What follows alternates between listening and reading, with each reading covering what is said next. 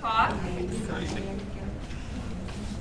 And we are going to call this meeting to order. It's Monday, February 23rd, and we will begin with invocation, our pledges by Mr. Scarborough.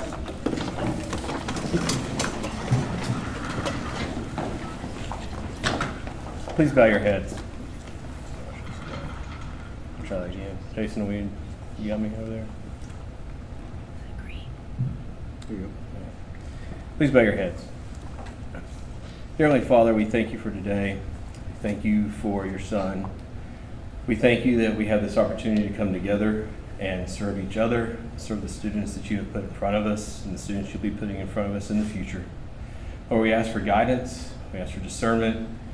We ask for future thinking, Father, so that we can be prepared for whatever may come our way. We ask all these things in your name. Amen. Amen. Now for the pledges. I pledge allegiance to the flag of the United States of America and to the republic for which it stands, one nation, under God, indivisible, with liberty and justice for all. Now for the Texas pledge. Honor the Texas flag. I pledge allegiance to thee, Texas, one state under God, one and indivisible.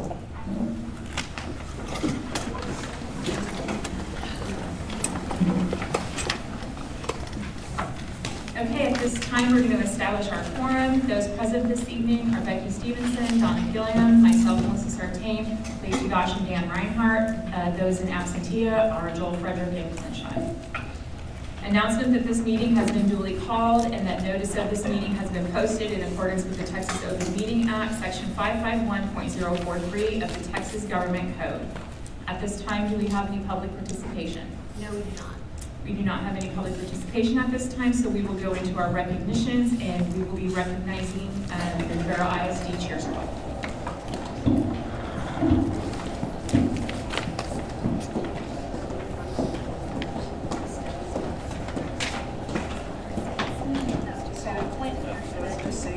What's that? Just wait a second, guys. Back up.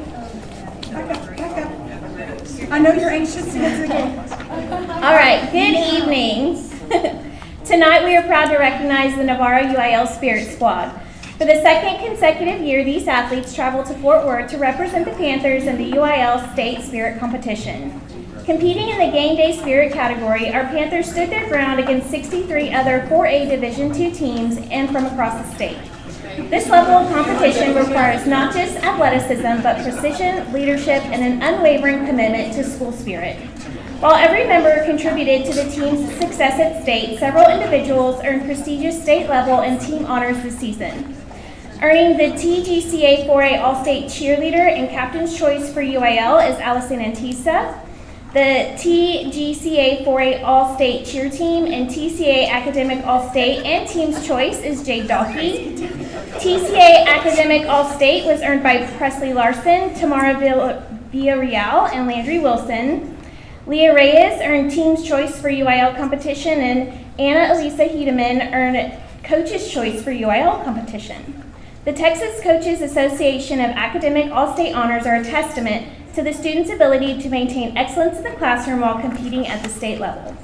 We also would like to recognize the entire state competing squad whose hard work fueled this run. Kendall Blevins, Adeline Dubose, Kylie Kernan, Ainsley Percher, Chloe Rodriguez, Madeline St. John, Mallory Velasquez, Bailey Weatherly, Peyton Wyatt, Finley Galini, Angela Garza, Lila Grace Hinkey, Caitlin Schaefer, and Riley Thompson. Success like this starts with strong leadership, and we would like to recognize head coach Amy Dalkey and assistant coach Andrea Velasquez for their dedication to these students and for building a program that competes at the highest level in Texas. Please join me in a round of applause for these athletes who represent the very best in Navarro ISD. Their discipline, academic focus, and Panther pride are an inspiration for our entire district.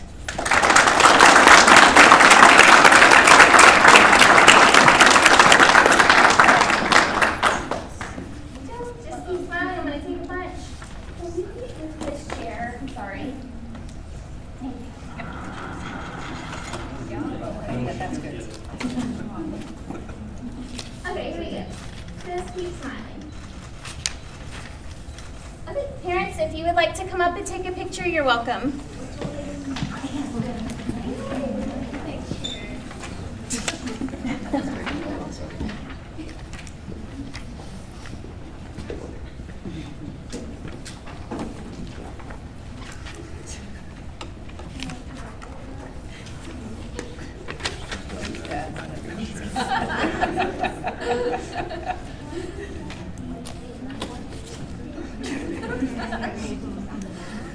Okay, right here, girls.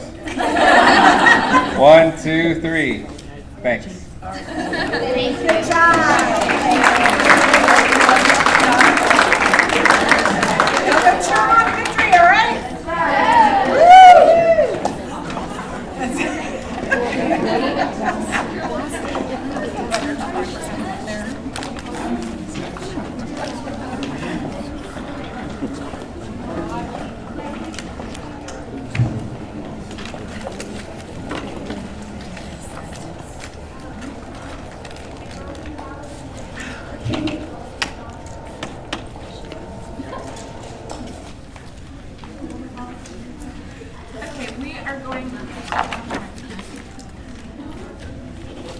Okay, we're going to move into item 6 on our agenda. That's going to be construction and bond 2021 to 2024 updates with our AGC and project managers. Hi, good evening, President Sartain, Dr. Epley, members of the board. Just to review our schedule, all the projects are still on schedule. I do have photos, and I'll talk to you about the athletics complex, junior high refresh, the chiller, and the elementary. If you do have questions, I know the existing elementary and intermediate refresh project is on your consent agenda, but we do have Hannah Opel with LPA Architects here tonight if you have any questions on that one.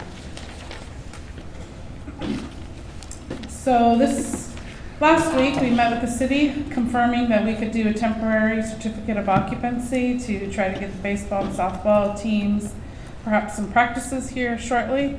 We have meetings this week set up. Am I on? Yes, it's on. Just to go over some parameters and conditions of the expectations of the contractor and what the coaches are needing to make sure we can work out restroom facilities, access, etc. But overall, the whole athletic complex is coming together very quickly. So here's an overall site view. And then I pulled some up close pictures. So that top center picture is your visitor amenity building. This would be what you would see if you were coming from baseball. So that large middle opening there would be to the restrooms. To the right would be ticketing, and then around to the left would be concessions. That building will serve both visitor football and then the baseball, softball, tennis area. Bottom left is the batting cages. We got roof decking on. Today I saw they're putting poles up, getting ready to put up all the netting. And then to the right, we're setting bleachers for baseball. As far as chiller goes, within this last month, we set the new chillers up on the building. They're there on the left.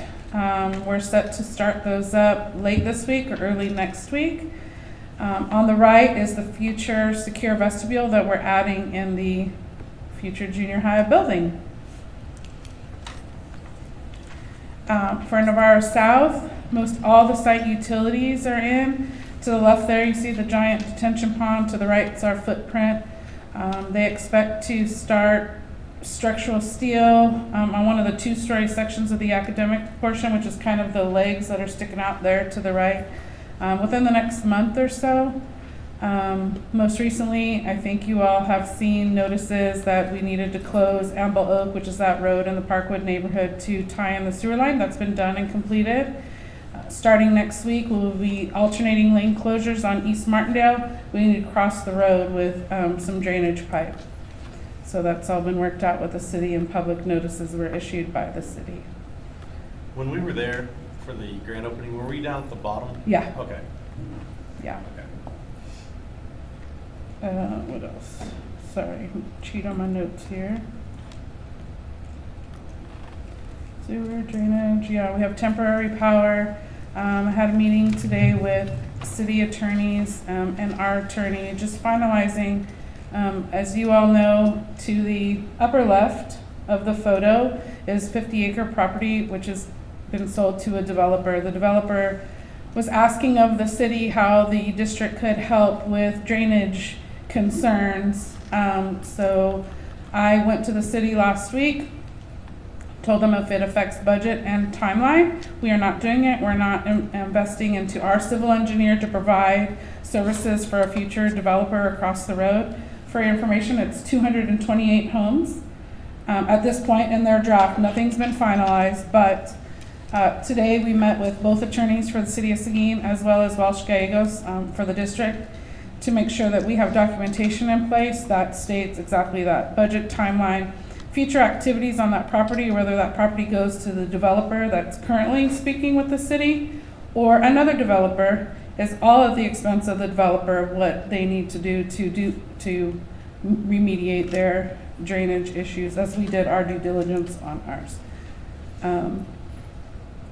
That's in a nutshell. Do you have any questions on this project? Okay. Oh, so I know consent is for elementary and intermediate renovations. You have those documents. It's pretty straightforward from the last presentation that we did of the scope of work. Now it's just details. So once that is approved tonight, we will release that out for bidding tomorrow, which is why it's on your members only portion of your board book. I'm sure you can ask questions in a little bit if you think of them as you go through, but if you have any other questions on the current bond projects, I'm here. And full baseball and softball should open April? April. Okay.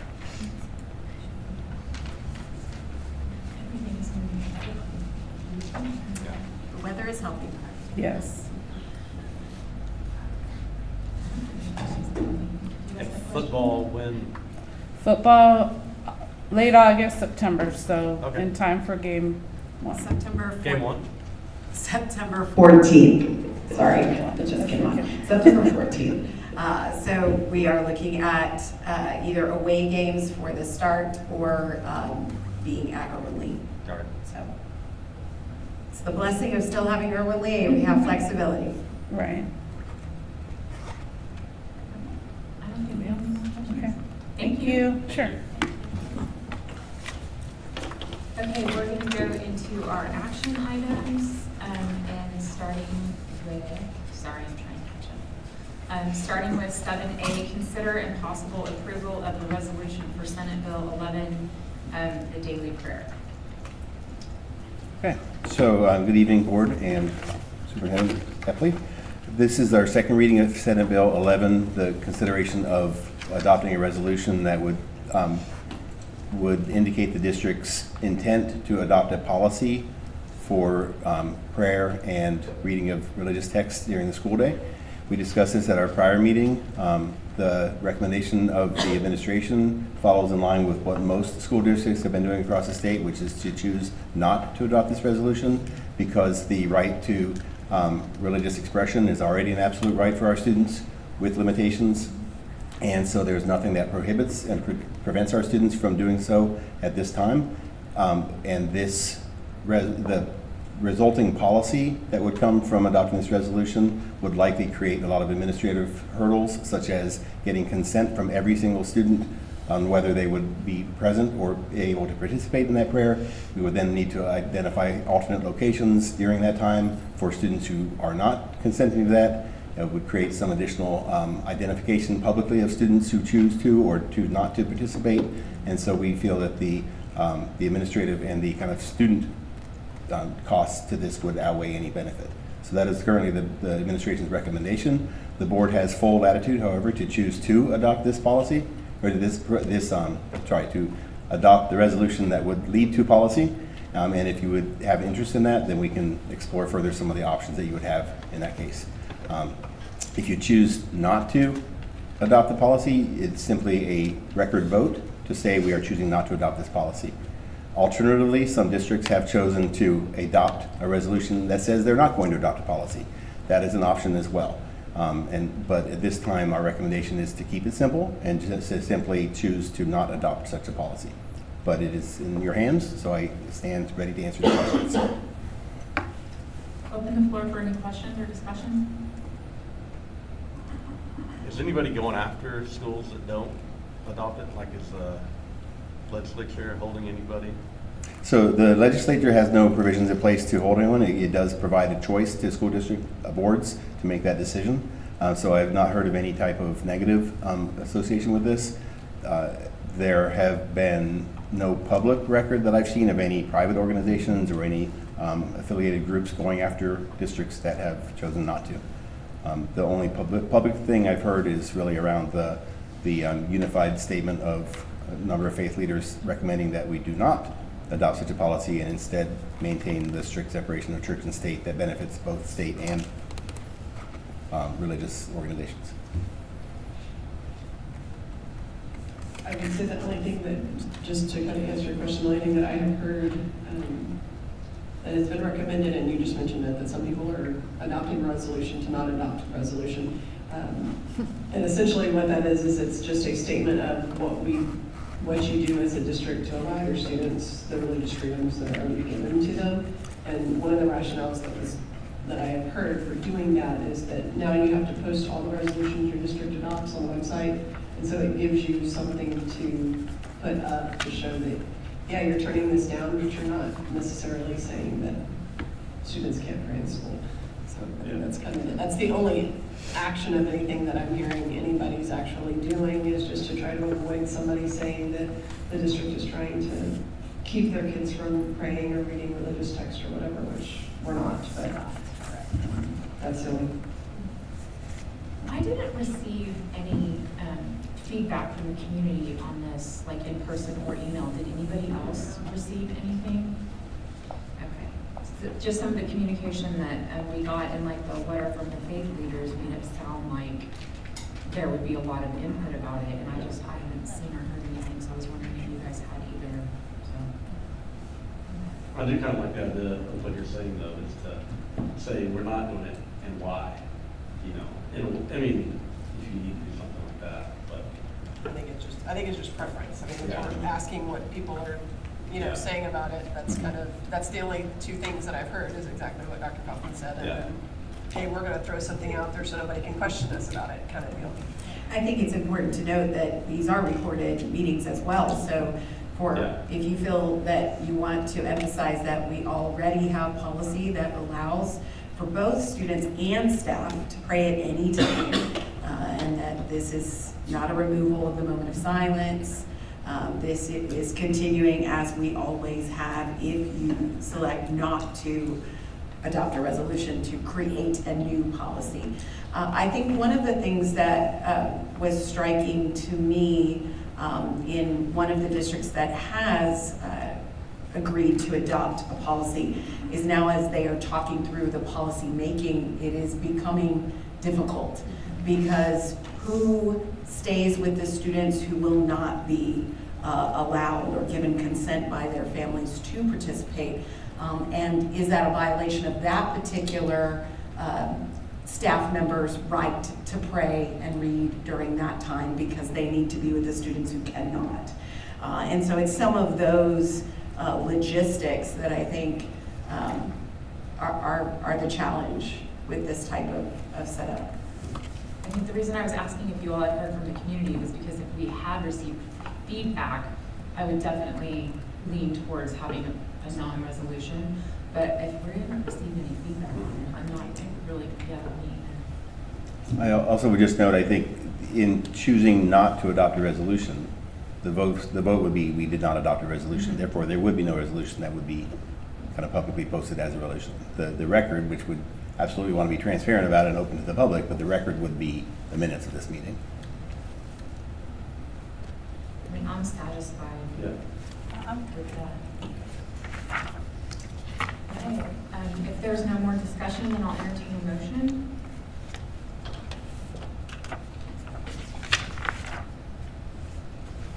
So the motion that we recommend would be the second one there. Nope, sorry, the first one.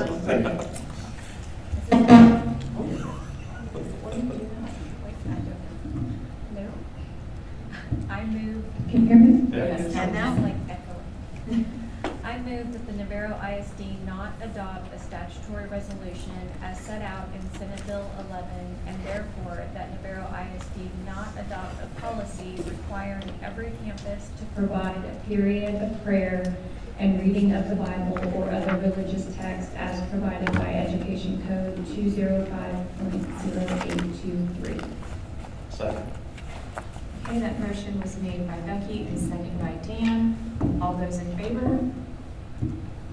In favor is Becky Stevenson, Donna Gillen, Melissa Sartain, Lacey Gosh, and Dan Reinhardt, and none opposing.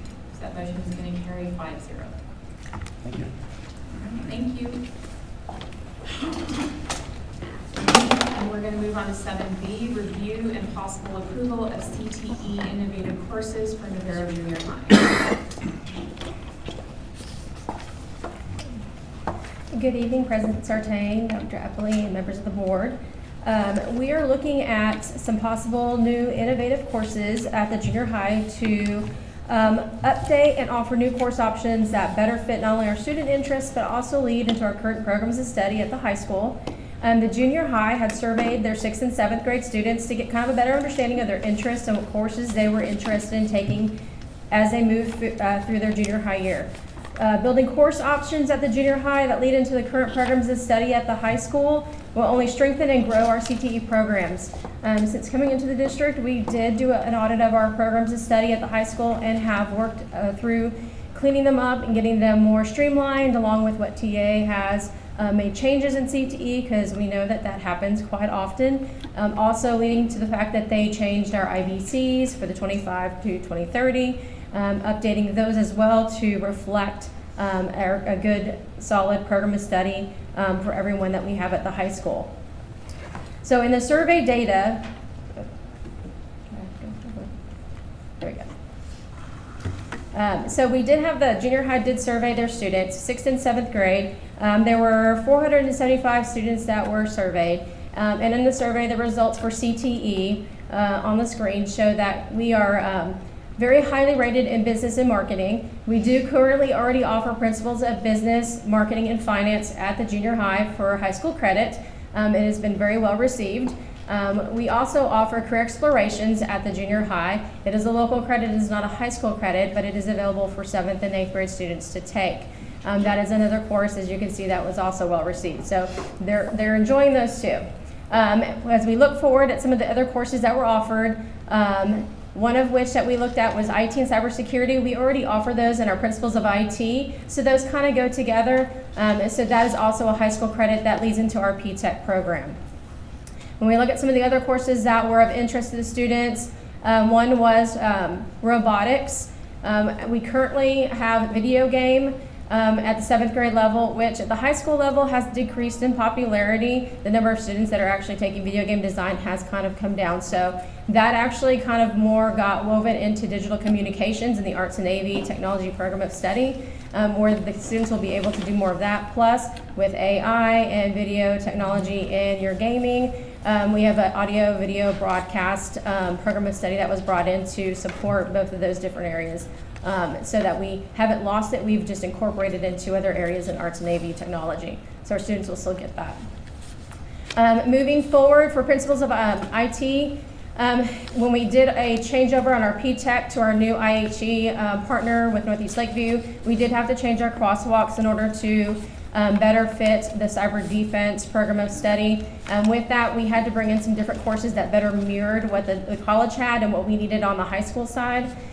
So one of those courses is Foundations of Cybersecurity, which will be newly introduced into our students in our freshman year. That course is a prerequisite for a 3rd level course, Digital Forensics, that we had to have in order to match a course that was going to be offered at the high school, or at the college, excuse me.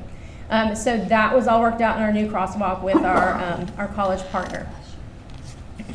So the innovative courses that we currently offer the video game at 7 with a decrease in numbers, we're looking at offering robotics, which would go into our engineering and foundations program of study.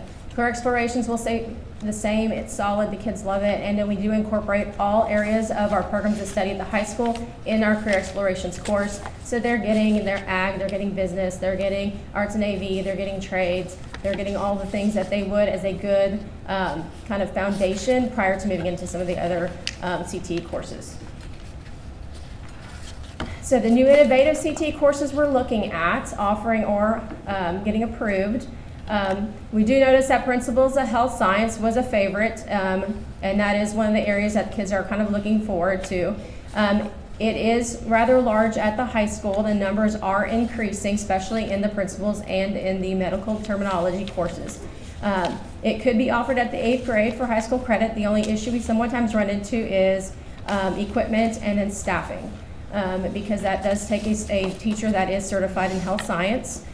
So that's one thing we would look at in the future is as they move into the new building, what is their facility that they have available, equipment, and then staffing purposes. So moving forward to something that would be a lot more feasible for us to offer our students would be an innovative course in agriculture, exploring agriculture. That would be a 7th grade innovative course that would basically be a foundation of all of the different areas of agriculture that we offer at the high school. They would get plant science, floral design, ag mechanics, and with ag mechanics you have the trades. They would have animal science, and then some floral design. So that would be a good foundation for our students. Kind of is this an area that I want to go into? It gives them the ability to kind of learn that ahead of time. If you're familiar with your ag program of study, your very first year, freshman year, is what we call the green hand year for a lot of our students. And that's an important growth and foundation year for those kiddos that are actually competing in specific green hand leadership development events and career development events. This would give them a leg up to know what they're actually looking for, what they're working towards, and understand the ag industry. The Exploring Ag Leadership class would be for 8th grade, and that would also allow the students to learn more about the leadership development events, the career development events, how they work, because there are a lot, and our ag teachers do offer a lot of opportunities for competitive events for our students, and a lot of our students are very successful in those competitive events. This would give them an edge. It would also give them the ability to compete in certain events that junior high students can in FFA, such as science fair, speaking events, that would give them that confidence, the speaking skills, communication, that they can use as they go up into that freshman year to their green hand year and start off their career at FFA and agriculture. It does help us support our junior FFA members. Currently there's 65 plus, give or take, students that are current junior FFA members. They show animals, they are active in their FFA membership. It'll help them grow their knowledge, leadership capacity, and it'll help us grow our programs of study in plant science, animal science, and ag mechanics. One thing we look at that can be set up in a base and a regular classroom setting, we do have for ag teachers at the high school. So if the course numbers were small, we could bring a teacher down to teach those courses. So that would mean that we wouldn't have to have new staffing. The only way we would have to have a new staff or new teacher on staff with the numbers were just so large that it accounted for a full-time position. The only other innovative course we were looking at was robotics, and that would lead into our engineering foundations program of study, and that would also help us grow that. Currently at the high school, they're growing their robotics program, adding more competitive events. They did SA Best this year, and they were one place out of qualifying for state. They also just competed in the San Antonio Livestock Show and Rodeo Ag Robotics. So we're growing that program, but we want to grow it at the junior high and continue to grow the students up and keep moving forward.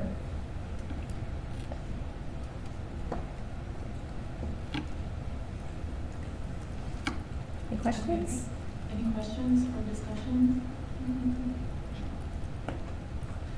Can you give us a little bit of insight as to what ag mechanics is looking like at this level? Because I know Mr. Frederick's not here, but he was asking questions about construction trades, and we were talking about how some of that kind of gets folded in with ag mechanics. It does. We do, especially at the junior high level, we look at incorporating a unit on trades in the career explorations course. The students do get to go to a number of events. Junior high, they get to go to the Career Expo in Seguin, and they get to look at the different career opportunities around in the different programs of study. Only other way, without bringing a whole construction trades program of study in, and which you really don't have one for the junior high, is agriculture.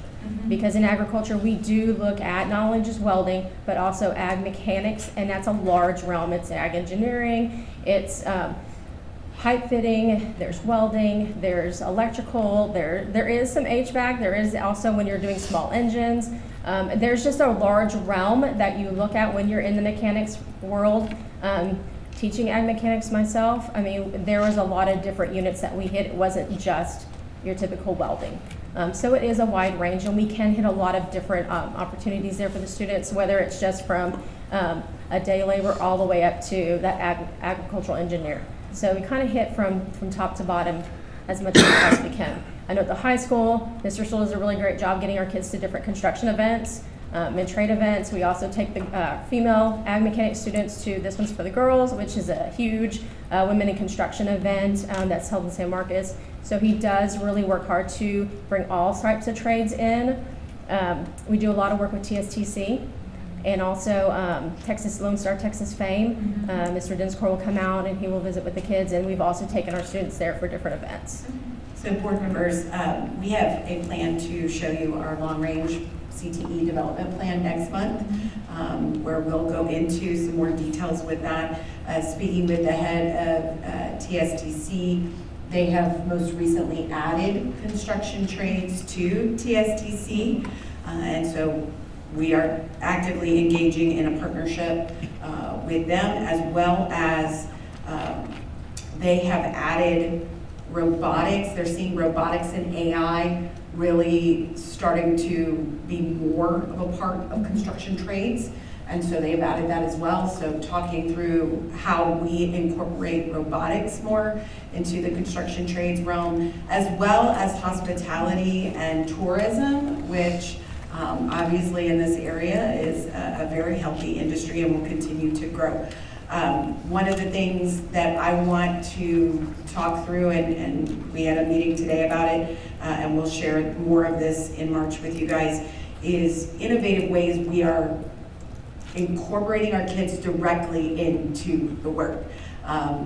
The TSTC shared at the Growth Summit that they are going to have this industrial park, really more than a college, because they want it to look like what people will be working in. But it will be built in 3 phases, and they are very real about by the time they build the 3rd phase, they will need to revamp the first one because it is changing so quickly and the industry is so quickly being affected by artificial intelligence.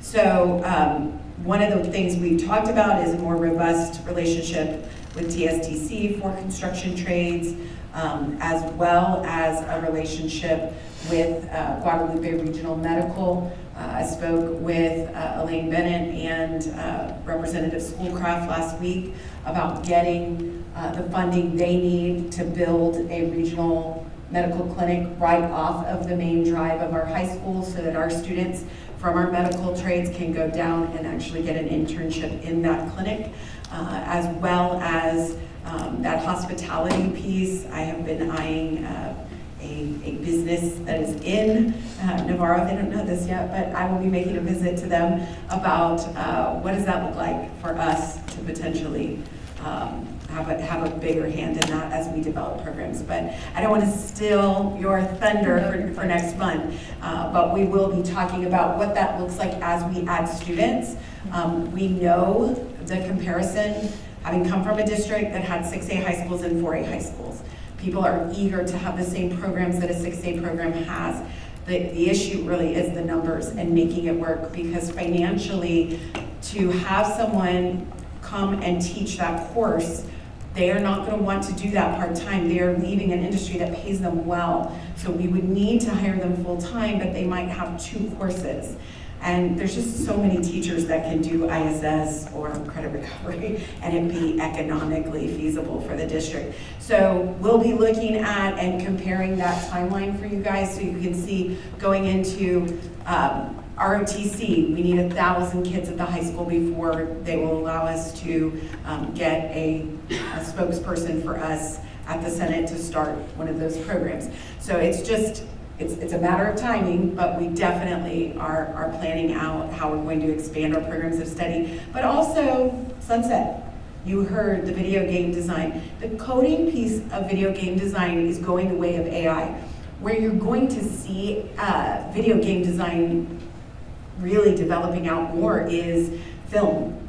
If you've played a game recently, they look like film. And that is another partnership that I'm working on. There is a studio that is working to get some of the Third Coast funding that the state of Texas is looking to have to start a film industry in Texas out of Green. And so I met with those two ladies 2 weeks ago to talk about what it looks like for our students to be in a working film studio. So we're excited to share the plans for that, and I know that our board members have very specific desires about growing opportunities for our kids. So we appreciate that support, and we'll be bringing that to you next month.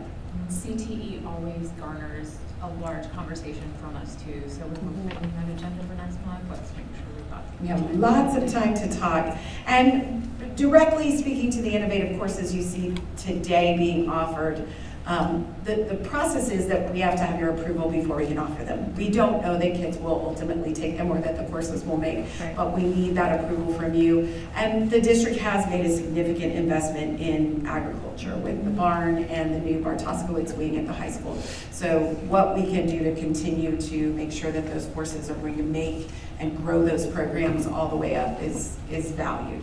Well, it feeds into courses that we already have. It feeds into resources that we already have. And the reason I asked about the ag mechanics is because I didn't have any children in that program, so I don't know what that actually means.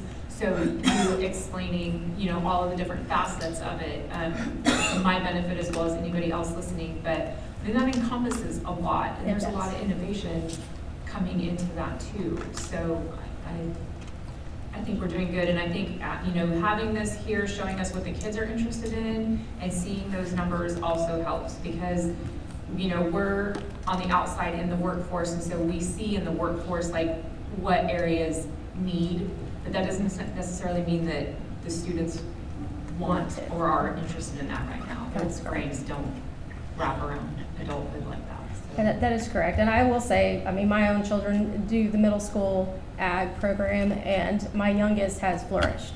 She was already big into ag, she plays softball, but when she got into her programs as a 7th grader, it just fed, she wanted the next level. She got to do the ag mechanics, she was in the shop, got to do the woodworking, some of the metalworking, and she was just like, this is for me. So it really kind of drove her. Okay. But we are also looking at some other P-TECH pathways. I know we met with our Educate Texas liaison for our P-TECH in Northeast Lakeview. So we're also looking at some different pathways and options within trades, within education and training, within hospitality and tourism. So we've got a lot of irons in the fire, I guess you could say, kind of looking forward as what we need to do in order to best prepare our programs and grow. Thank you for all of the information. Absolutely. Does anybody have any other questions about the courses that we're going to be voting on?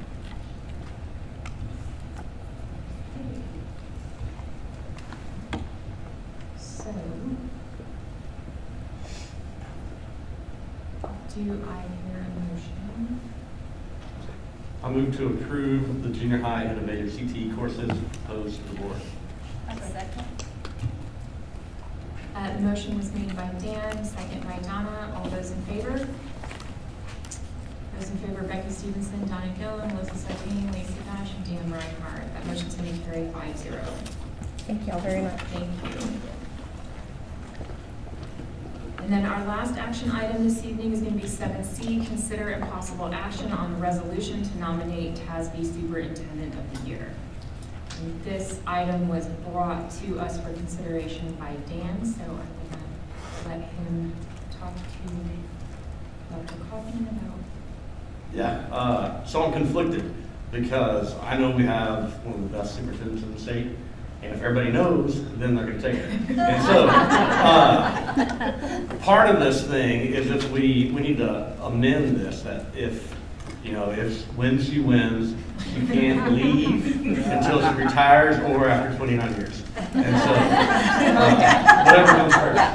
And so, but you've done an excellent job, and so we want you to be recognized and for what you've done in the community. So feels that too, so. What information do you have to share with us? So I don't have much additional information to what's in the packet, but this is the kind of most prestigious superintendent award in Texas. It is administered by the Texas Association of School Boards, so the nomination does have to come from a school board. So to nominate your superintendent, you would simply adopt a resolution indicating your intent to nominate, and then the superintendent and team would be responsible for putting together the nomination packet. The nominations are due April 17th, so you do have the option today of approving, unapproving, or postponing the vote till the March meeting if you choose to. But we do have until April 17th to submit the nomination. If you do have the intent to do so, then it would simply be a motion and a vote to do so. I will just say, there is an administrative recommendation listed there. That's kind of an awkward thing because it's not really administration. It's not really. There is no real administrative recommendation here. This is strictly coming from the board initiative to do so. So it's simply an action item to allow you to do the vote if you choose to. I will say, having worked for many superintendents and having seen the presentations of superintendents at the TASB conferences and having met several of them, that Dr. Epley absolutely is in that hierarchy of leadership and would be a very well qualified candidate and would not. And the process is not like any educator award. The prestige isn't just to the nominee. It's to the district, and it does improve name recognition of our district and improve our reputation. So it would help with our recruiting. So just to know, but that is all I have to offer. If there are any questions, I can share anything else about the process. Any discussion or any questions about the nomination or the nomination packet? I think it's well deserved. We don't say it enough, but we do thank you for all your hard work, for your administrators and teachers and everybody. It means a lot. I have some teacher friends that are telling me that they hear Navarro, you're presenting with your teams, and you're getting us on the map in good ways, so we appreciate it. It is. I can tell because your answers are soft, and that's not normally how you listen to us. So, okay, if there aren't any questions about the nomination or the packet, then I'll call for a motion. I'm going to let you have that, Dan, since Sure. it's yours. I move to approve the resolution to nominate Dr. Mandy Epley for TASB Superintendent of the Year and further authorize the superintendent to commence the process of completing the nomination requirements. Do I hear a second? A second. Okay, the motion was made by Dan, second by Donna. All those in favor? Those in favor are Becky Stevenson, Donna Gillen, Melissa Sartain, Lacey Gosh, and Dan Reinhardt. That motion is going to carry 5-0. Thank you. I'm very honored. It is a blessing to work in this district. Thank you. Okay, we are going to move into our discussion items, starting with the Tabor report.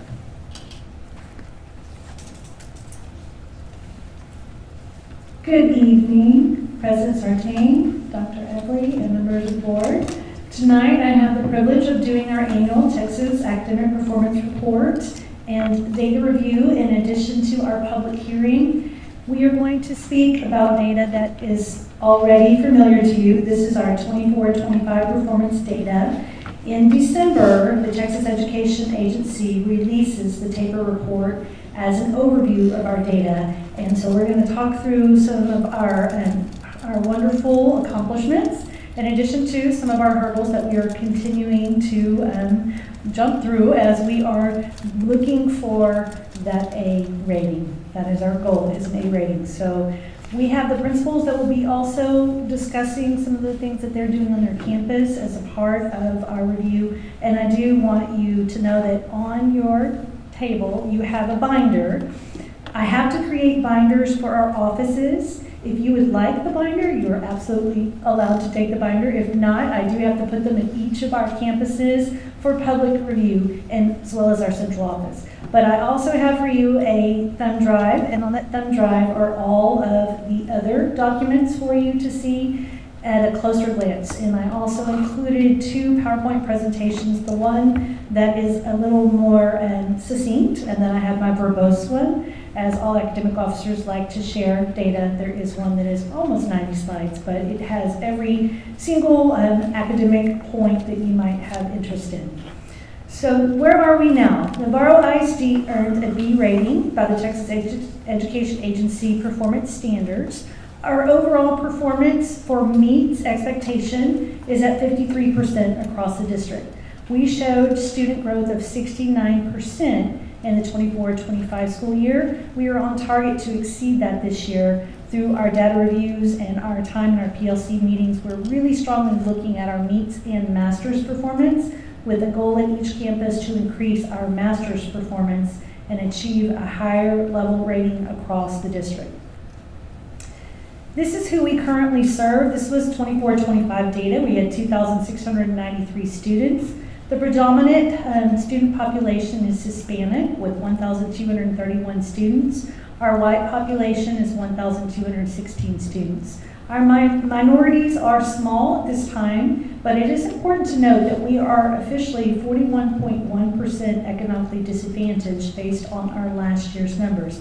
That number is increasing significantly, and our at-risk numbers are increasing significantly as well.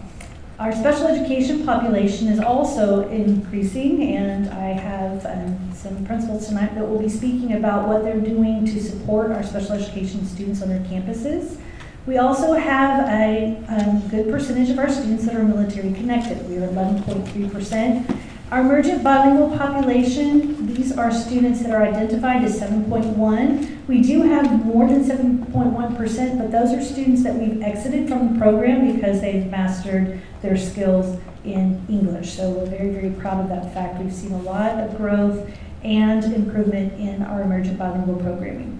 What does military connected mean? One parent is military? Correct. It could be one parent, both parents, a student in a family that has a connection to military, someone that was enlisted in the service is enlisted in the service, so yes, they have a connection. Yeah, good question. So across all subjects, Navarro ISD did exceed our regional and our state comparisons. We did see an increase up to 53% of our students, as I mentioned previously, meeting expectation, which was an increase of 2 percentage points. Our goal is always 5% each year, so I think we are already on track to make that percentage growth for the 25-26 school year. Core subjects are showing steady growth. We see with our HQIM foundational skills, our elementary and our intermediate are really rock stars. I do invite you to go and sit in a PLC meeting. I know that some of you have done that, and I appreciate that. These teachers are really in tune to what they need to be teaching, what their TEKs are, how to break things down and scaffold instruction for their students. So I'm very, very proud of the progress we're making at our primary campuses, and I'm going to give them a chance to speak to some of those great growth goals in just a moment. For mathematics, we do continue to see increases in mathematics. We do have more students taking advanced mathematics classes, particularly at the junior high, which is our goal. We do want as many students as possible on that advanced mathematics track, because that's only going to help them when they proceed past high school into a college or career program. They'll have a stronger mathematics foundation. Science, we are continuing to see growth in science. Our biology teachers are doing an outstanding job. I'm very proud of the work that they're doing and the hands-on opportunities they're providing for our students in the science labs. Social studies continues to be an area where we are working to improve our outcomes. One of the things that I'm the most proud of is we have some new curriculum products in social studies that are actually effective and not outdated. As you know, social studies is the last one to get adopted by the State Board of Education. So we stretch very, very far to find adequate resources for social studies. But we have some outstanding staff members that we've been able to recruit for social studies too, who are having a dramatic impact. In addition, social studies has more content time at our primary campuses now. So our principals are making an effort to make sure that social studies is included with reading and math goals and reading and math focuses. Sometimes social studies gets the short minutes, but no longer is that happening. Our master schedules are really centered around the importance of social studies instruction, because we know that 8th grade social studies test is a reading test, and the content that the students have to master is high level. It's one of the hardest tests. I took it myself, and there were some concepts that I had to refresh in the fog of the memory of those particular topics. So kudos to what our principals are doing, and I know Tori will talk a little bit about that when we get to our junior high slides. So our students are building strong foundations in reading and mathematics. 61% of our third grade students are meeting that grade level standard. 63% are meeting it in reading, and above all, fourth grade, where we started our HQIM journey, 85% of our students are getting that approaches grade level and moving into the meets and masters. So our youngest learners are demonstrating that performance above average. Our MAP data is also showing this. MAP is a growth tool. It shows us growth projections for our students.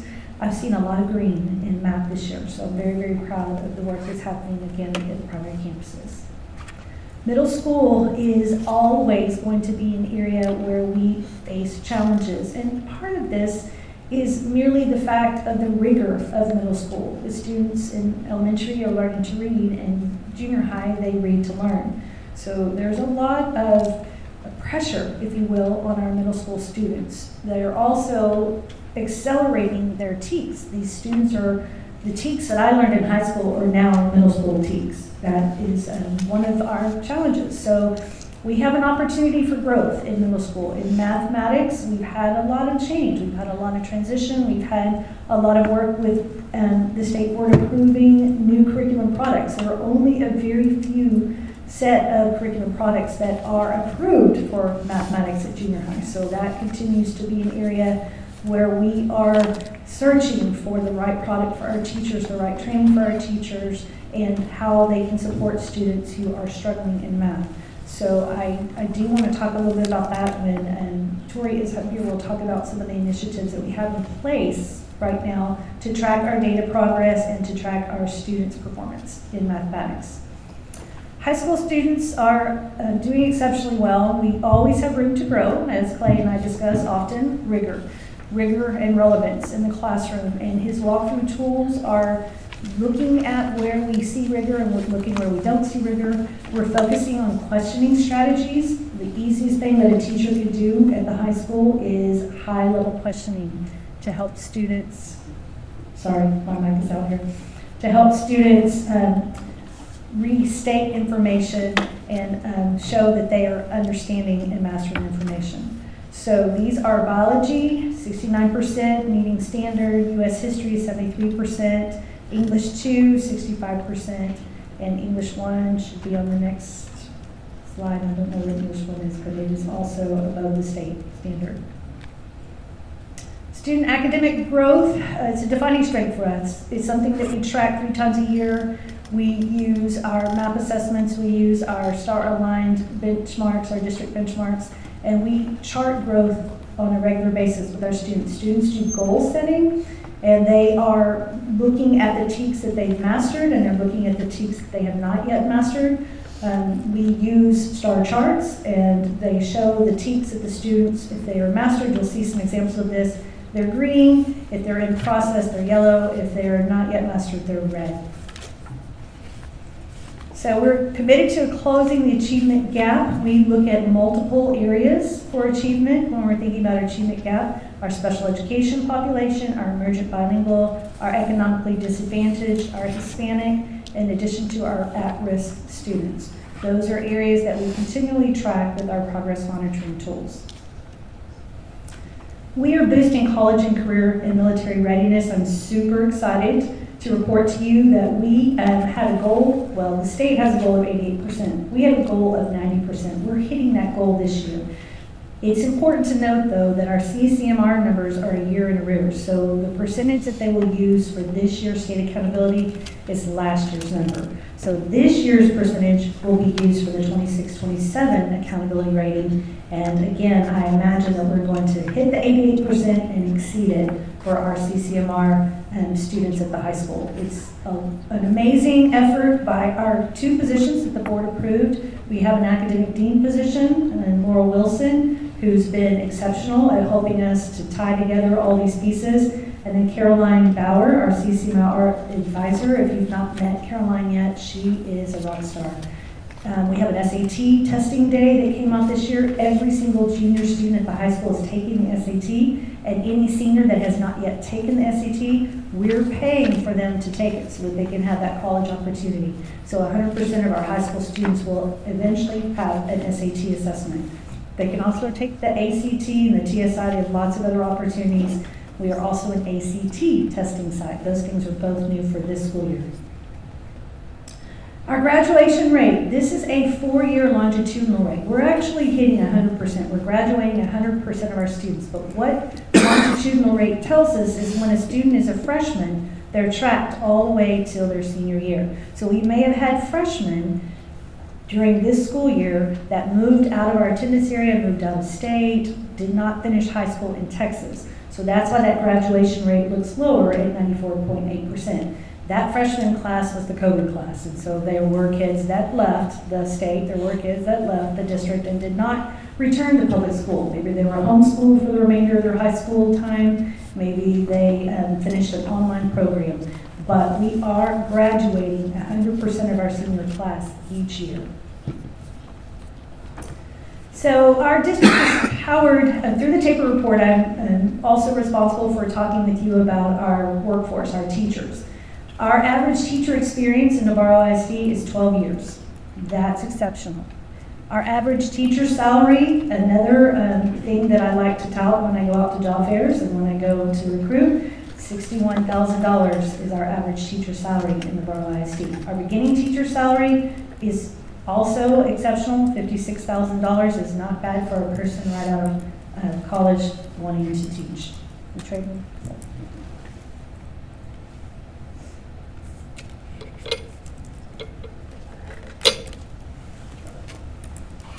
Is this better?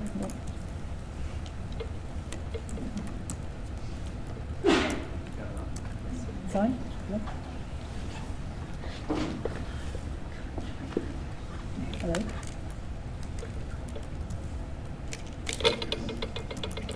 Okay. All right. 1, 2, nope. It's on. Hello. Oh, there, well, in and out. All right, I'll use my teacher voice. Hopefully we can get it. Oh, there it goes.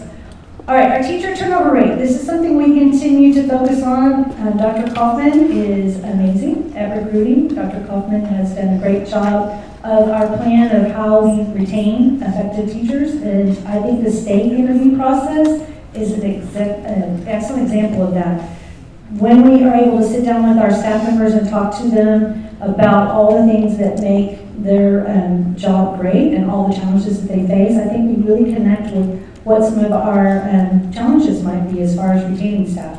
I know with my team, I take notes and I compare last year to this year, and I love when they say, oh my gosh, that was a challenge for me last year and we fixed that. And that's not something that I'm worried about anymore. That's something that is fixed for us, and I feel confident in what I'm doing now. So I think our state interviews are helping with the retention, but also the overall environment. At our district leadership team meeting this last month, I talked about synchronization and how our district is moving in sync and all of the things that Dr. Epley has led to help with that, to make everybody feel a part of the Navarro team. And I really do see that in our collaborative vision, in our checkpoints and our tours when we go to campuses. We're all there. And that's a rare thing. Not all districts have that synchronization. So I'm very, very proud of those efforts for teacher retention and staff retention. Key takeaways and our strategic path forward. Celebration. Overall, our student achievement and academic growth is climbing. Our performance in high school EOCs, specifically biology and US history, have outstanding marks. We do hope to hit some designations this year by the work that we're doing. We're consistently at a high graduation rate and a high attendance rate. That's something that we're all very, very proud of. Opportunities for us, closing our achievement gaps, looking at our special education students, looking at our at-risk and our economically disadvantaged students, and making sure that those percentage points are not as far. One thing that made me smile this week is I was filling out some grant paperwork, and we don't qualify for grants much anymore because we're not a district in need of improvement. When I had to fill out the application and I said 70% of our our economically disadvantaged students are meeting standard, that's unusual to have 70%. So they're doing very well. We are continuing to focus on our mathematics performance in 7th and 8th grade. We've had conversations about that at multiple levels, but we know what that work is and we know what is needed to improve, and data is the most important piece of that whole trajectory. And then increasing our CCMR, that is already in place. I'm very excited about the numbers and we can share those with you at any time. Our next steps, interventions. We're going to talk in just a moment. The campuses are going to talk about their interventions. A comprehensive curriculum and instruction review. We're looking at all the resources we have. Are they working? Are they effective? Are they meeting the needs for our teachers and our students? We are also working on a parent resource page. Mandy and Dr. Epley and I have been talking about how do we help parents help students at home. So we at the Academic Services Department have come up with some good things that I think we'll be able to roll out to our parents. We're going to incorporate that into our PTO and family nights next year so we can actually train parents on how to use some of these programs at home. And through our blended learning grant, we have a parent component where they will also be able to help their students with our products at home like IXL. And then we are going to expand access to our advanced coursework. We're always increasing our AP and dual credit enrollment, and you've heard a little bit tonight already about our CTE pathways. All right, I'm going to invite Mr. Scarborough up to the podium to talk about Navarro High School initiatives with their progress data.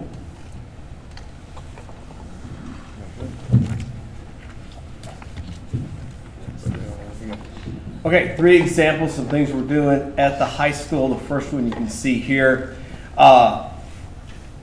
First 2 focus on instructional strategies that we are kind of making sure everyone's using across the board, okay? So this we provided, Ms. Reyes provided some annotation and text structure to our campus at a recent faculty meeting.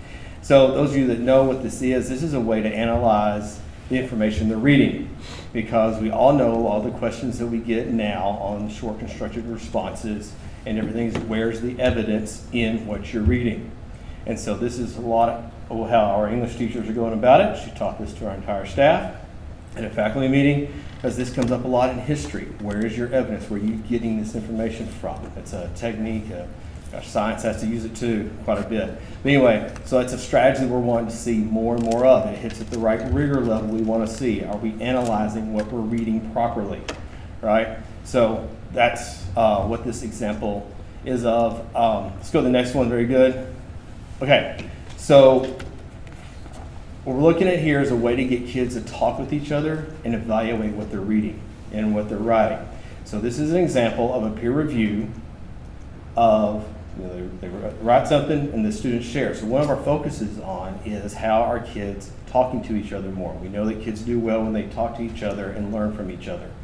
So this is an example of how to do that. The teacher has a scaffold in place so the kids know what questions to ask and what they're looking for from each other, but it increases the ability of the kids to talk to each other and evaluate, another higher level that we're looking at, evaluate what they're writing and understanding it.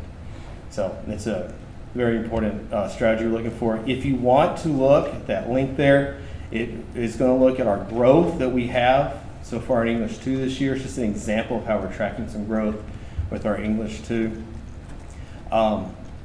There's another point I had on that one, but that's all right. Yeah, let's keep where we are. Okay, so this is the use of our data.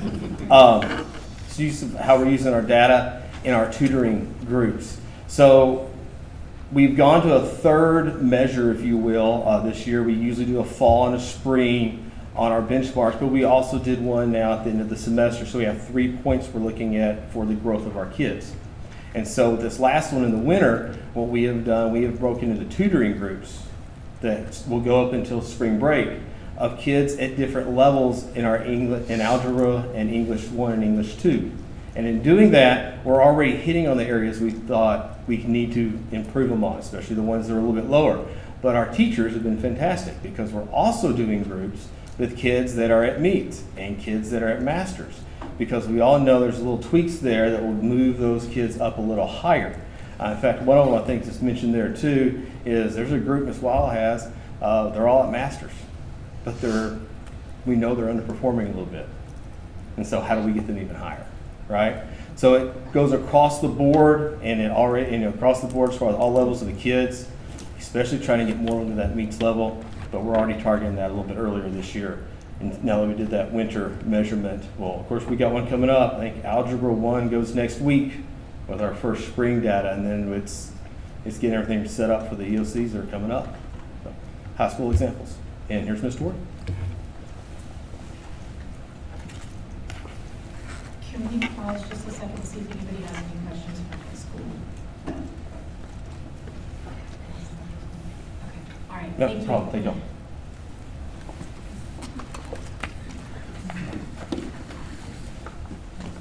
Okay, well, originally I had a slide on here, and I'm gonna just show it because you can see the green, and green is good. And I wanted to just briefly talk about it, and then I'll jump into our English plan. But we really looked and changed the way we test at junior high this year, and we are almost mimicking what the state is moving toward, where we're testing 3 times a year and a STAR test. But we tested in October, we tested at midterm, and we're about to take our spring benchmark starting tomorrow.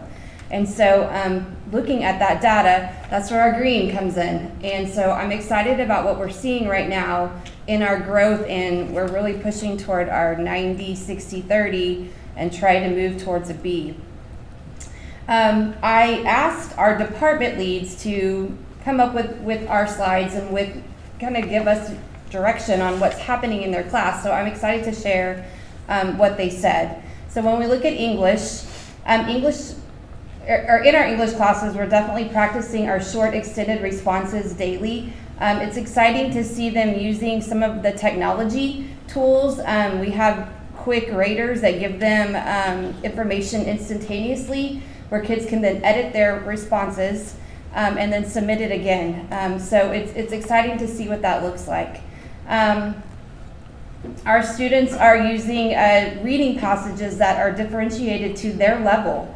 And with that, we're trying to include real-world readings, weekly connected with essay writing. We're seeing literature circles, and students are tracking their progress on these common assessments and district benchmarks. You don't have this. No, I don't know what happened with this. Okay, we're gonna wing it a little bit. In a different slide deck, we show kind of similar to what's here in math, but how teachers are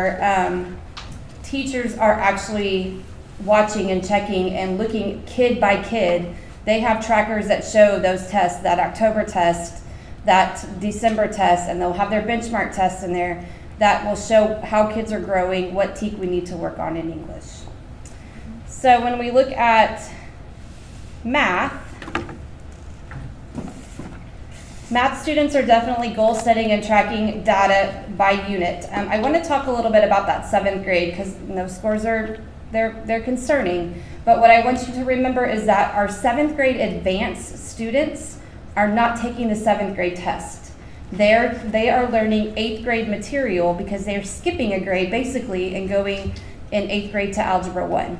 So when you look at that 7th grade data, we are only looking at our 7th grade students that are on level or not taking the advanced coursework. So it's interesting on how do we grow that. We've spent a lot of time with that teacher this year, and we actually have a consultant coming in that's been working with her. She comes monthly, doing some coaching cycles, observing her class, giving her strategies, and working one-on-one with her to try to continue to grow that class and to grow that group. But our math classes they're using our resources. We have a new HQIM. We're utilizing that along with other resources to really amp up the class, the rigor in the class, to really work at STAR-based questions to grow students in math. All right, when we look at science, you can see on the bottom of the screen there, science up on the walls has a daily tracker where kids look at the TEK and they can see where they are. They give them opportunities to continue to grow that TEK using extra credit options. And it's kind of a competition that they want to. It's just that fluid testing data and fluid conversations to continue to grow in science class. And then the final slide was social studies. Okay. So Wendy talked a little bit about our new curriculum. We purchased Navigate Texas this year, and our teachers really enjoy it. It is a 6th through 8th curriculum, and we've spent a lot of time in PLC on how can 6th and 7th grade help 8th grade, because it's not just an 8th grade test. They have to grow on that knowledge. We've also used our consultant to come in and work with 8th grade. So she was here on our work day, and she spent the afternoon working with 8th grade on strategies, looking at their curriculum, and what does it look like to keep growing kids. Like I said, in PLC, it's just really important that we're all together, all 6th grade, all 7th grade, and 8th grade weekly, and talking about what do you need to teach in 6th grade to help them remember in 8th grade. And the last thing that they're really focusing on in 8th grade is student-led project-based learning. So I just talked to Ms. Baker, and currently they're working on a vlog, which is a video log, where students are videoing themselves as a day in the life of someone from the Western expansion during the gold rush period. So bringing in those real-world experiences and making it real to them has helped. So I'm sorry, go ahead. I was just going to say, it seems like we had a couple of missing slides, so Yes. if you can upload those to the Google Sheet, that way the board can see what you're referencing. Yes. And everybody will have that. Thank you. Yeah, thank you. And I just want to finish by saying that I feel like my team has come a long way. We're out of the silos and we're having the conversations. And so I'm excited to see what that looks like this year. Thank you. Any questions? I have one question, Sure.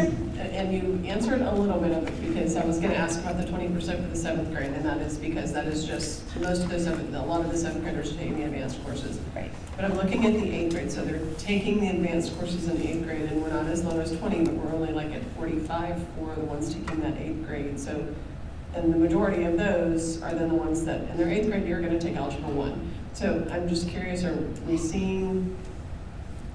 are we doing the same types of interventions? Because obviously our 7th grade is low, and the reason we're saying 7th grade is low is because those 7th graders are taking the 8th grade test, but then the 8th grade test at meets grade level is only at 45%, which tells me we're still very low there for that foundational level of Algebra 1 readiness. And so I don't know if there's an answer that I'm looking for. I just want to kind of bring that out, because I think if we do need to focus on the 7th grade, obviously, because that's a concern for the 20%. Right.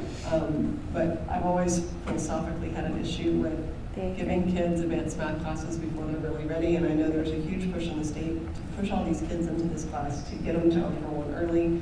I know you're seeing results at the high school of kids taking other math courses, but are we really getting that foundation? And maybe that's something that we start doing more, at the 6th grade level or 5th grade level or something like that. So that's a huge concern, because that brings down your overall scores for the campus, and I know you're working very hard.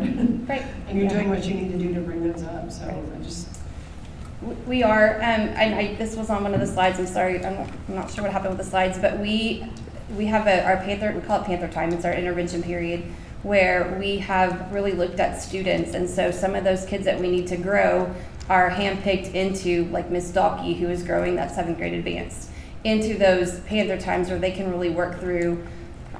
They're right there. Let's see if we can pull them over. And I have to speak to the vertical alignment. She's established an instructional leadership team this year on the campus, which has been tremendous.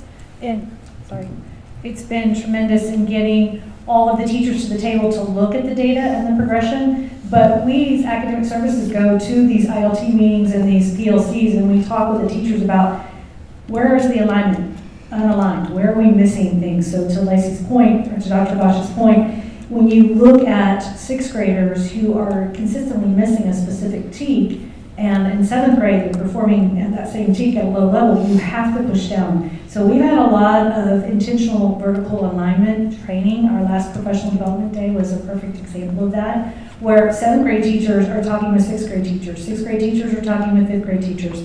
Because if we don't have those foundational pieces, we are going to continue to see that gap. I was proud that we made a 20% growth in those 8th graders, because there are 91 8th graders right now in algebra. So if you're looking at 160 students in the grade level, 91 of them are already on the advanced track. That's 4 classes. We've never had that many algebra classes at the junior high. Next year, we're going to have a full-time FTE just for algebra at junior high. But to Dr. Gosh's point, we have to continue hitting the students with those foundational pieces when they are only making a 20% gain. We want them to make a 50% gain. We want them meeting standard and being ready for algebra. We do have some amazing algebra teachers at the high school too. When those kids get to algebra that know how to do interventions effectively to help close those gaps too. So keeping a close eye on this. All right, Mr. Schwartz-Ozzie, I'm sorry. I have a couple of things. Sorry. Yes, sorry. One, I wanted to commend you guys on the student engagement and buy-in, having them tracking their own success. I think that that's great, and I think that that's what's needed, especially at the middle school age. Like, they need that tangible, need that they're doing it, making it happen. I know you talked a little bit about social studies. If you could expand just a little bit on getting them to meets. I know SBOE is looking at social studies now finally, but that's not going to implement until 2030. So just kind of give us a little bit more. But that's just, social studies has been a struggle since my daughter, who's going to be 20 now, was in junior high. And before you do, Tori, I'd just like to talk about what I saw when I came to the district, and even last year, some of the things I witnessed in social studies. You had a PowerPoint, students had a packet that had blanks on the packet. And we listened to the teacher lecture on the PowerPoint and then fill in the 3 blanks on the packet. And I would turn to a student and I would say, how long have we been doing this? The last 3 days. And that is when I sat down with Tori and said, something's gotta give. I am not engaged. Students who are digital natives, who have their whole life swiping quickly when they're bored. 3 days of a PowerPoint where I fill in a worksheet packet, the blanks on a worksheet packet, is not going to get them to a level of interest. So I think when you hear her talk about these blogs or actual creative engagement with the historical context, talking about how it fits with real world scenario now, that has been a big shift for some of our educators, rather than the sit and get and memorize facts for a test. And that's what we are talking about. We're talking about taking it to the next level of rigor. It's not just the level of questioning and thinking about things. It is a true engagement into the social studies realm. And that's where teachers get afraid when we talk about this new, requirement of TEA and what that curriculum will look like. But I think that is the biggest leap I've seen our teachers make, and I'll let you take that. Well, and at one point in time, didn't social studies have the most TEKs that had to be covered in a year out of the whole, even out of high school, right? Oh, yeah. Still do. Okay. Still do. Okay. Yep. And it's a hard test. It's probably the hardest test. One of our biggest changes, though, is our staffing. We were able to hire a teacher who is already TIA recognized in 8th grade social studies. And so she's been a benefit in coming in and working with our other teacher and just revamping what it looks like. We've done some PD specifically on note-taking. That happened on our last PD day. We had a consultant come in and focus on that. But I think the biggest difference is that in PLC, we now have our secondary academic dean, Laurel's been there, and we're able to sit in one room, but all divide and really talk about what our lesson looks like and how are we going to make that engaging and how does it benefit 8th grade as well. Thank you. You're welcome. Thank you. Anything else on junior high? We're ready to move on? Okay, thank you. All right, good evening. The intermediate school. I started with attendance because that's a big push this year. I think it's a big push every year. But if the students are not at school, we cannot close the gaps. We cannot get them to meets and masters. So step one is the attendance. We've held pretty steady this year at 95% and above. I know we've had some flu and some things that, just recently since I've even done this slide, but we're keeping a very close watch on attendance. We have, there's 4 of us that are consistently involved in that, myself, our counselor, the AP, and our registrar. But more importantly, I think for us, attendance is not like, I don't think it's a bulletin board that's getting them here or, a little coupon. It's more the environment of what they're missing out on when they're not here. Our teachers plan amazing activities and lessons to where our kids want to come to school and they want to stay out of trouble so that they can be in class and be a part of these activities. So I think that's the biggest part of the attendance push, is just creating an environment where they want to be. And I think we're doing a great job of that right now. They are tracking their attendance. We've been doing that since last year, their attendance and their academic performance. And I'm getting those weekly updates on that. Next slide. Is that the same? Okay. This doesn't look the same as this. Of course, our goal is increasing meets and masters for our students and to grow all of them regardless of where they're at. Something different we're offering this year is early bird tutoring. We open the doors at 6:45, but teachers arrive at 7:05, so from 7:05 to 7:30. They can be tutoring and pulling those small groups in the morning, and they are. We're looking at our lowest performing TEKS after tests and creating those pacing calendars to spiral those TEKS back in. Incorporating writing and math, science, and social studies, writing is not just for ELAR. We have some campus challenges for math overall. We are doing a March Madness challenge with IXL. Again, part of those activities that the students want to be a part of. We are finishing one right now for the Love of Math Facts.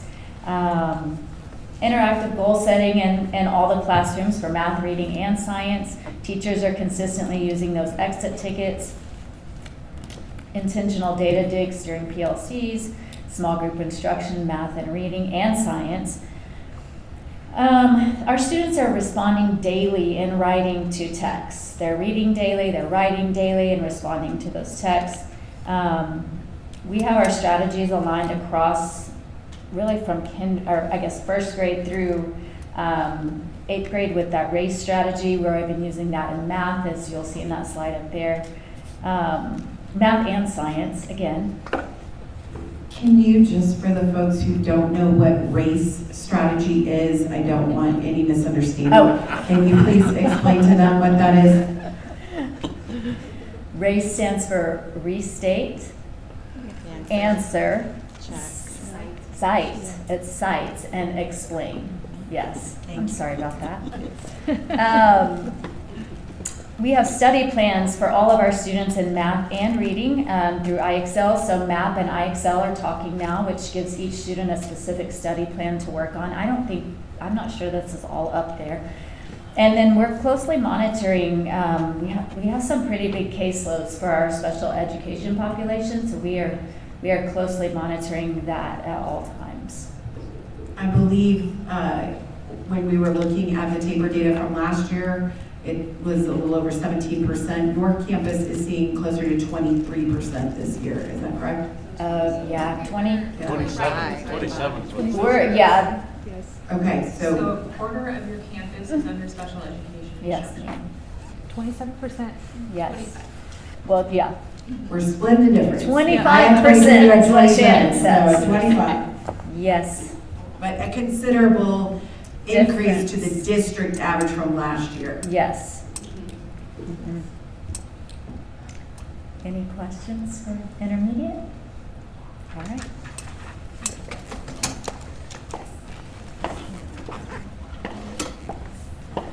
Good evening. We just finished up our MAP testing for middle of the year. So if you can see the slide, I know that's in purple, so I'm going to give you those numbers because it's kind of dark. But the end of year goal is what we posted inside the building, and we just made them go out on our PD day and update those goals and then create action plans to fill in gaps for students who have not hit their projected goals for math and reading. And in the middle of the year, kinder's currently sitting at 64%. They started at 50, and their end year goal is 75%. This is all for reading right now. First grade, 60% is where they started. They're at 63, and their end of year is 79. And then second grade, they have hit their goal. They started at 59%, and they've hit their middle of the year goal of 64%. And what I did is I just asked them to raise it by 10 percentage points from the cohort's previous year-end scores. But what we also did is set goals for every single grade level. What I didn't put up here is teacher cohorts too. And so I asked the teachers to post their data by name on a spreadsheet that was shared with their whole team. And my purpose in doing that was to create really hard conversations for numbers that were dragging teams down or robust numbers that were killing it, and we needed to find out why. And it was a new task that I asked them to do. And at first everybody was a little bit nervous, but really and truly it created this conversation of, what are you doing? How are your kids at 89% achievement in your math class and mine are sitting at 67? Or furthermore, if your reading partner's got their kids sitting at 75% and you're sitting at 45 in math, why are they working for you and not for me? And so we've had these really great conversations, but I talked to the team about the bell curve and how we're moving that wave to the left in in math, but in reading, we're still sitting in the middle. So our intervention focus has been in reading. I noticed that we had normal growth in kinder and second grade, but first grade was making slow growth, which also is like that 8th grade social studies test. It has the largest amount of reading skills and the biggest jump from beginning of the year to year end. Students at 20% or below, I sat down with our reading interventionist and I said, do we know who the kids are? Do we know what the outlier was? And are we servicing those students? And so on the next page, I'm going to jump ahead one, I sat down with my interventionist and we went kid by kid up there on the top left. Did a kid take a test in 9 minutes alone, but last time they didn't, they took their time? Is this kid serviced in tier 2 or tier 3? And have we identified the need for testing? Or have we not? Is this a speech student? So we hit every single kid that was below 20%. If they were not being serviced and they were not seeing the growth, then we created a new not agenda, but a schedule for my reading interventionist. They were seeing 1 to 2 students, and I said, guys, we've got 4 to 6 seats at a table. And I know that that's hard to hear because we want that RTI to be small. But if our numbers right now say that 80 kids are way below level, we've got to find a way to service those kids in the right amount of time. And if that takes training, then we're going to do it. One of the things I'm proud of is I noticed that we had an overall understanding of small group reading, but those hot spots, when those teachers put those scores in for reading, we signed up a rookie club, had those teachers go around and observe peers that had really high engagement and high accountability. And then we sat down and we planned with them, just me and one of my lead teachers, and said, give us the time and space, I'll give it to you and start asking questions. And that's what some of these pictures are, was a big think tank of how are you planning this? How are you getting to every kid? And how are you moving the needle? If you'll go back one, I wanted to point this out. Down there at the bottom right, I asked the 2 instructional coaches to sit down with me and create a data protocol, because MAP is an extremely broad assessment. Because it's nationally normed, they get lost in whether or not TEKs are specified, right? So how do I know to grow a kid from being at the 25th percentile to the 54th if it doesn't tell me this is the diagnosis for that kid? So I met with the MAP lady, Sarah Beth, and I said, teach me. If we're gonna teach them, you gotta teach us first. And so we went through the diagnostic of one of the teachers and her students, and then I sat down with Emily and Brandy, and I said, now we have to give this to them. It was incredible, the amount of engagement that the teachers had, and said, like, I didn't know that that's how I could do it. So I'm very hopeful that we're gonna hit our numbers. We've got 2 grade levels that have already hit their growth at middle of the year, but the test is progressive, so they can go backwards. One of the hardest things is to keep your master's kids and your really high kids sitting at master's without falling backwards. And so we've had some hard conversations lately of you can't service 1 to 2 kids in a small group and only see your high kids 3 times a week or they're gonna fall behind. So I'm anxious, I'm excited. Tasha and I have created a scoreboard, Clay, on intervention time. You know, if these are the teachers that we see struggling, it's I don't know what I don't know. So we're gonna go in and we're gonna check those hot spots and make sure that we're servicing kids so that we can close gaps. Any questions? I have one question, it's just a curiosity question. Sure. I noticed in the second grade, you've already hit in both the reading and the math, you've already hit your end of your goal.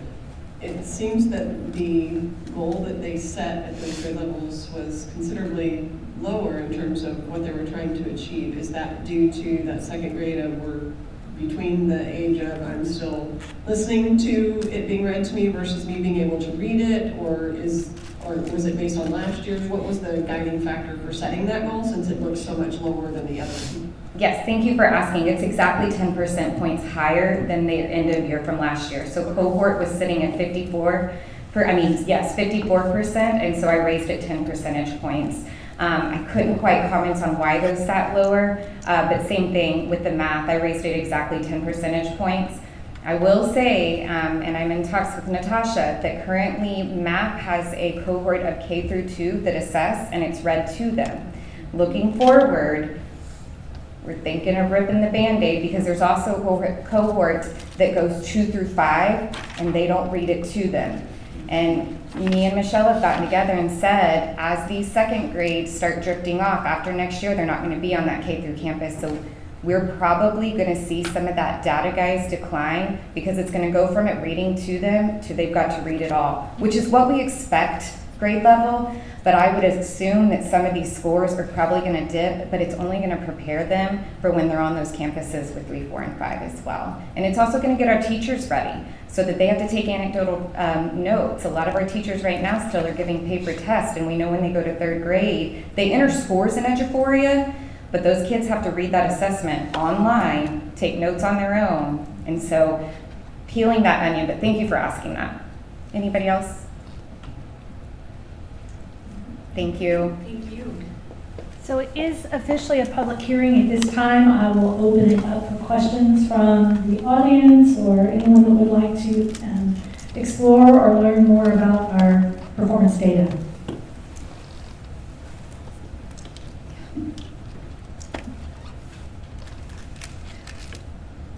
I have to say the team effort that is happening in the district is commendable. We meet regularly. The established Tuesday tours and the checkpoints, I think, are a highlight for us, where the entire district leadership team goes to the campus, walks the halls, goes in the classrooms, meets with the teachers. We leave notes behind to let them know what we're seeing. We take pictures of the great work that we're doing, and those relationships are strengthening as a result. They know that we are checking on them. They know that we're listening to them. Our survey gives us that information and that data too of what's working and what's not working and opportunities to recalibrate. I feel like Alexa sometimes when I'm doing my walkthroughs where we're recalibrating and always trying to find ways to improve.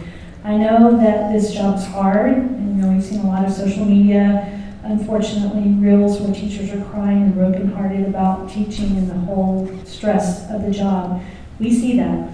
And so we think about what can we do to make a teacher's life not just bearable, but rewarding, because what they do is at the center of what's most important with our education system. So to the school board, I want to thank you. You've been very supportive on this journey, and I appreciate all the time that you've invested to ask questions, to look at our practices, to give us feedback, because that's how we improve. So to the principals, I commend them for all the hard work and all of the great things that they've been doing on their campuses. Some days I tell them it is a thankless job, but at the end of the day, they're impacting the kid's life for the better. So it's been rewarding to watch, and the academic services team really appreciates the opportunity to support them. I want to thank you guys for the presentation this evening, also giving us the data. And I know sometimes it's hard to stand up there and be like, we're really struggling with this, and just having that conversation with us. And I want you guys to know that we appreciate that you're vulnerable enough to be like, we're struggling here, but here's where we're trying to make up for it. So I appreciate you guys and the time that you put into this. Thank you. Will you close the public hearing? Yes. At this time, if there are no other questions for the audience, I will officially close the TAPER public hearing. Thank you very much. Okay, discussion item 8B, updated board operating procedures and code of conduct. So that is an us thing. And we met, I'm sorry, all my days weren't together, but we had a special meeting and went over our very archaic operating procedures and code of conduct, and we removed some things that were no longer frankly legal, and then updated things so that we are current and in compliance. And then we just also added some things to it through our discussion so that our meetings are effective and so that we are making sure that we are complying with our own role in governance. So if you guys have any questions, comments, or concerns about the draft, I know there are typos and things that we will get ironed out, but for the most part, the changes that we made in there, I think she made them blue, our additions, and she redlined the things that we were taking out. Anybody have any other discussion on the draft? Okay, I have a couple things, because I know I wasn't at the meeting, and if I don't ask it now, I won't get an opportunity to talk to any of you about it. So, I guess some of the things, there's a couple of things in here that I know right off the bat, and in reading it, there are some of the things that we put in here that are in blue that I have a concern with the way some of it's worded. Okay. And just because it's a very, like on the very first page, like on the preamble, the way that we word the piece about I will not step outside my role to govern, that feels like a very punitive way of saying that particular statement in terms of what our role is. We're supposed to know as trustees what our role is. And it's my understanding that what we are saying here is that we know what our role is, and that is to govern and oversee, but not be part of the administrative. It just, some of the wording seems very harsh. And seems very pointed. And then I have a few other questions. There's several typos in here that do need to be corrected, just kind of throughout the document that I saw. But some of the things, like I did notice in there still, it says 72 hours. You can't make any changes to the agenda within 72 hours, but the new law is 3 business days. So that wasn't changed. So I know we have to change that in there. But then my other question is, and I know sometimes Dr. Epley is very good about trying to put the board agenda up early and get some documents in, but I mean, technically, it's not really, we don't post it publicly for anybody to see before that. And so a lot of times, I know for me, I don't necessarily get in there and look every single week to see what's been uploaded and what's finished. I know I've gotten in there early sometimes, and I've asked questions and said some things only to find out that, well, yeah, the item's not finished, or, you know, it's not all there, and then you have to go back, and that's. But we put in here that we have to, if we're going to ask questions, we have to do that related to an agenda item 3 business days prior. Well, it's required that the full packet be posted 3 days prior. So that indicates to me that the nanosecond that it is posted as a complete document for the public and everybody else, I need to have looked at it and read everything and have all my questions ready to go. That actually was supposed to have been changed. Okay. I have that note. Because I'm looking at that and I'm going, there's no way I can do that. So like I said, some of this may be because I wasn't there. So that one was a little bit concerning there, and I marked the piece about the 72 hours and all of that. My other question really kind of had to do, and maybe that's not the intent of it, and maybe it's because we have people. I know the intent of this is to make sure, because trust me, I know what it's like when board members don't get along. And I know what it's like when people step out of their lane to try to tell the superintendent, no, you need to do your job this way. That's not our role. Our role is to manage the superintendent and govern those aspects and not be part of the administrative decisions.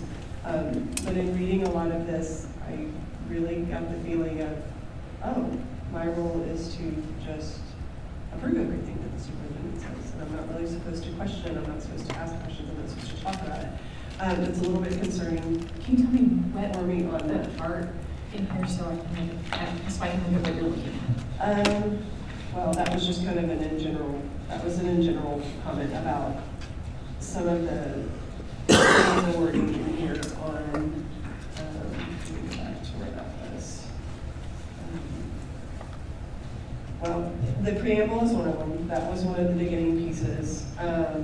Yeah, that- about us kind of that answering language- questions that, yeah, and maybe the language about even, you know, in terms of we're supposed to, there's a piece in here about voting on consensus and, you know, the way in which we ask questions and stuff like that. So I probably need to spend, I can pull out some of the specifics that, you know, to bring back to you Well, on that piece, because I have. We are not, Yeah. And I don't, and that's the thing, is like, I'm looking at some of this and I'm thinking, you know, like it says, board members are strongly encouraged to state the reason why they're abstaining or voting no on an item. I know that we should, but I don't necessarily. If we're coming out of closed session and I'm voting no on a particular thing, there may be a reason I don't want to say no, why I'm saying no. That's what we talked about, that's why it says strongly encouraged. You know, and so some of that is like, okay, don't, yeah, I'm thinking of it from kind of that standpoint. I am concerned on the piece that really talks about, and I would hope, and maybe this isn't the component, where's the one here? Oh, I think I know what that is. I figured out what that one was. So it talks about us being able to visit campuses. And the way I read this, it shows that we're encouraged to attend school events, but we're not to visit campuses. And maybe that, and I don't really see it, if I'm visiting a campus and I call Dr. Eklund and say, hey, I want to visit the campus and I want to just observe what's going on. The way this reads to me is, we're not welcome to come observe what's going on the campuses. And I do feel strongly that as a board member for governance, if I want to see, and I'm just saying it because like I wasn't involved in your conversations, I'm just reading this document as somebody from the outside, not knowing any of our conversations, and I don't think it was our intent to say, we can't call Dr. Epley and say we can come on a campus, I want to walk through and see what's happening at the intermediate. I don't think that's anybody's intent. I just want us to be careful with the way that we word that. Because if we say, you know, board members will not visit campuses to conduct board business. Well, I am conducting board business if I'm coming on the campus because I want to see I want to see our teachers in action. You know, that is my role as that. I'm not coming on as mom wanting to see what's happening in my kids' classroom. We definitely ask for clarification on that one as well, because I don't have any students here. So if I come to campus. Right. You are conducting board business, but you really just kind of want to see what's going on. I think it was for not, you just can't walk into a campus unexpectedly. You need to, like, arrange. No doubt, and I would not want to walk on a campus unexpectedly. I have board members that do that, and I get it. And you know, and the principals are like, oh, there's somebody here. But we took out the part except with the superintendent. So now it reads, board members will not visit campuses to conduct board business, period. So to me, that reads as though, okay, I'm not welcome to come observe what's going on the campus. And that wasn't the intention of that. So when we talked about the conducting board business, we were actually, it was the actual act of having a conversation with somebody, kind of stepping out of our role and being right. a And that goes to, I think, yeah. at the beginning, which we kind of addressed that. We should stay in our role. We shouldn't be, you know, we're not there as evaluators, and I get that. And I think this is confused because we said board members are not to go unannounced to teacher classrooms. Obviously, we would not want to do that. We can do that with the superintendent. But then the very next statement says classroom visits will be made by invitation only. So then I'm kind of questioning, like, okay, so I'm not supposed to go and conduct board business and visit any campuses. I can't go unannounced. And now if the teacher doesn't invite me to see what's going on in this whole classroom, now I can't do that either. So I just feel like that needs some work to clarify what our real intent is in terms of what we're wanting to say. And I think all we're really wanting to say is board members are welcome to come on the campus at any time as long as they meet with the superintendent. It's an agreed mutual time, and it's for the purposes of just observing district operations to support that it's not, you know, the evaluation pieces in here are fine. We are not here to assess or evaluate or tell the district how to deliver instruction. I'm fully supportive of that. That is not what our goal is, and I would not want that to happen. The way this read, I was like, wow, I mean, it's really, I actually, as I read part of it, I kind of went there and thought, wow, why did I run for the board? I mean, I ran for the board because I want to make the district better. And it really felt like some of this was just like, wow, we're really limiting what I think we wanted to do in an attempt to make sure that we have their guidelines for future. I mean, we all get along very well and we I have a great asked relationship about with our the director. with supervision or with invitations, remember? Yeah, and we specifically talked on this one about how maybe you don't think that any of us would try to go onto a campus and inappropriately evaluate or assess, Yeah. but to plan for future boards.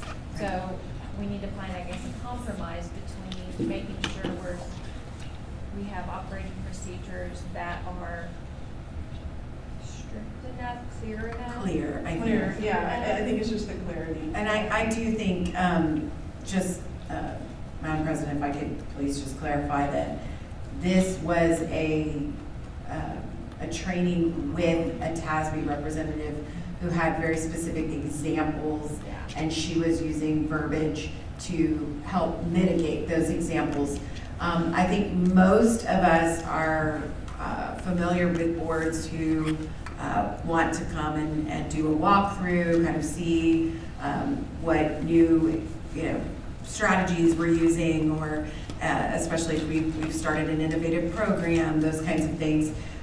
This was, and if I'm remembering correctly, I think she mentioned kind of a rogue board member that was just, I'm gonna go to this class because I heard from a community member that this teacher's not good, and I'm just gonna show up, I'm gonna make an assessment, and then I'm gonna tell the superintendent this is what needs to happen. So how we can finesse the language to still protect all board members from understanding that that is not appropriate, but doesn't shut out the opportunity for, I'd love to come see this new innovative course if it gets online, for robotics, right? Yeah, no, and I understand that. I just, because granted, I know it can happen. And that's something that, with our old procedures, it wasn't really outlined. So I know what our intent was. I just feel like we need to work on it a little more, from there. Only other administrative question I had in here is, I was curious as to the conversation. Like, if one of us can't be here, obviously there's two of us not here tonight. I know when I couldn't come, I have sometimes texted, the president. Sometimes it's very quick, and I'm sending it to Dr. Epley. But here, it feels like a work requirement, because we're gonna have to contact all three people by text and email, and I don't even think I have Ruth's phone number to text her. And so I didn't know if there was a reason why we needed to text all three in order to say, hey, we're not able to make an event, or we're not able to do this. Is there a problem or an issue, or we just want to be clearly, because in my mind as a board member, I would naturally contact the president, and I can even see even the president and the superintendent. And granted, Ruth does a lot of wonderful things for us, so this is not critical at all. I was just curious about, because I'm sitting here thinking, I don't know that I would always think about that piece, and so it kind of felt like, wow, we're really turning this into this volunteer job into a job, like, really accountable to a lot of people for that, and I think we know that. So that was just a curiosity question as to, why that, but. So I added the superintendent and president in there just from the standpoint of some of the conversations that have been had that, like, Dr. Epley's not our boss. Right. So if we're not going to make something, and I'm not trying to be disrespectful, No, not at all. out of the conversation. Well, But we don't have one, like, you're the you know what I person mean, or like, whoever's I'm in the seat. figurehead, or whoever's in the seat as the figurehead, as the president, and the person who, manages the meetings and things like that.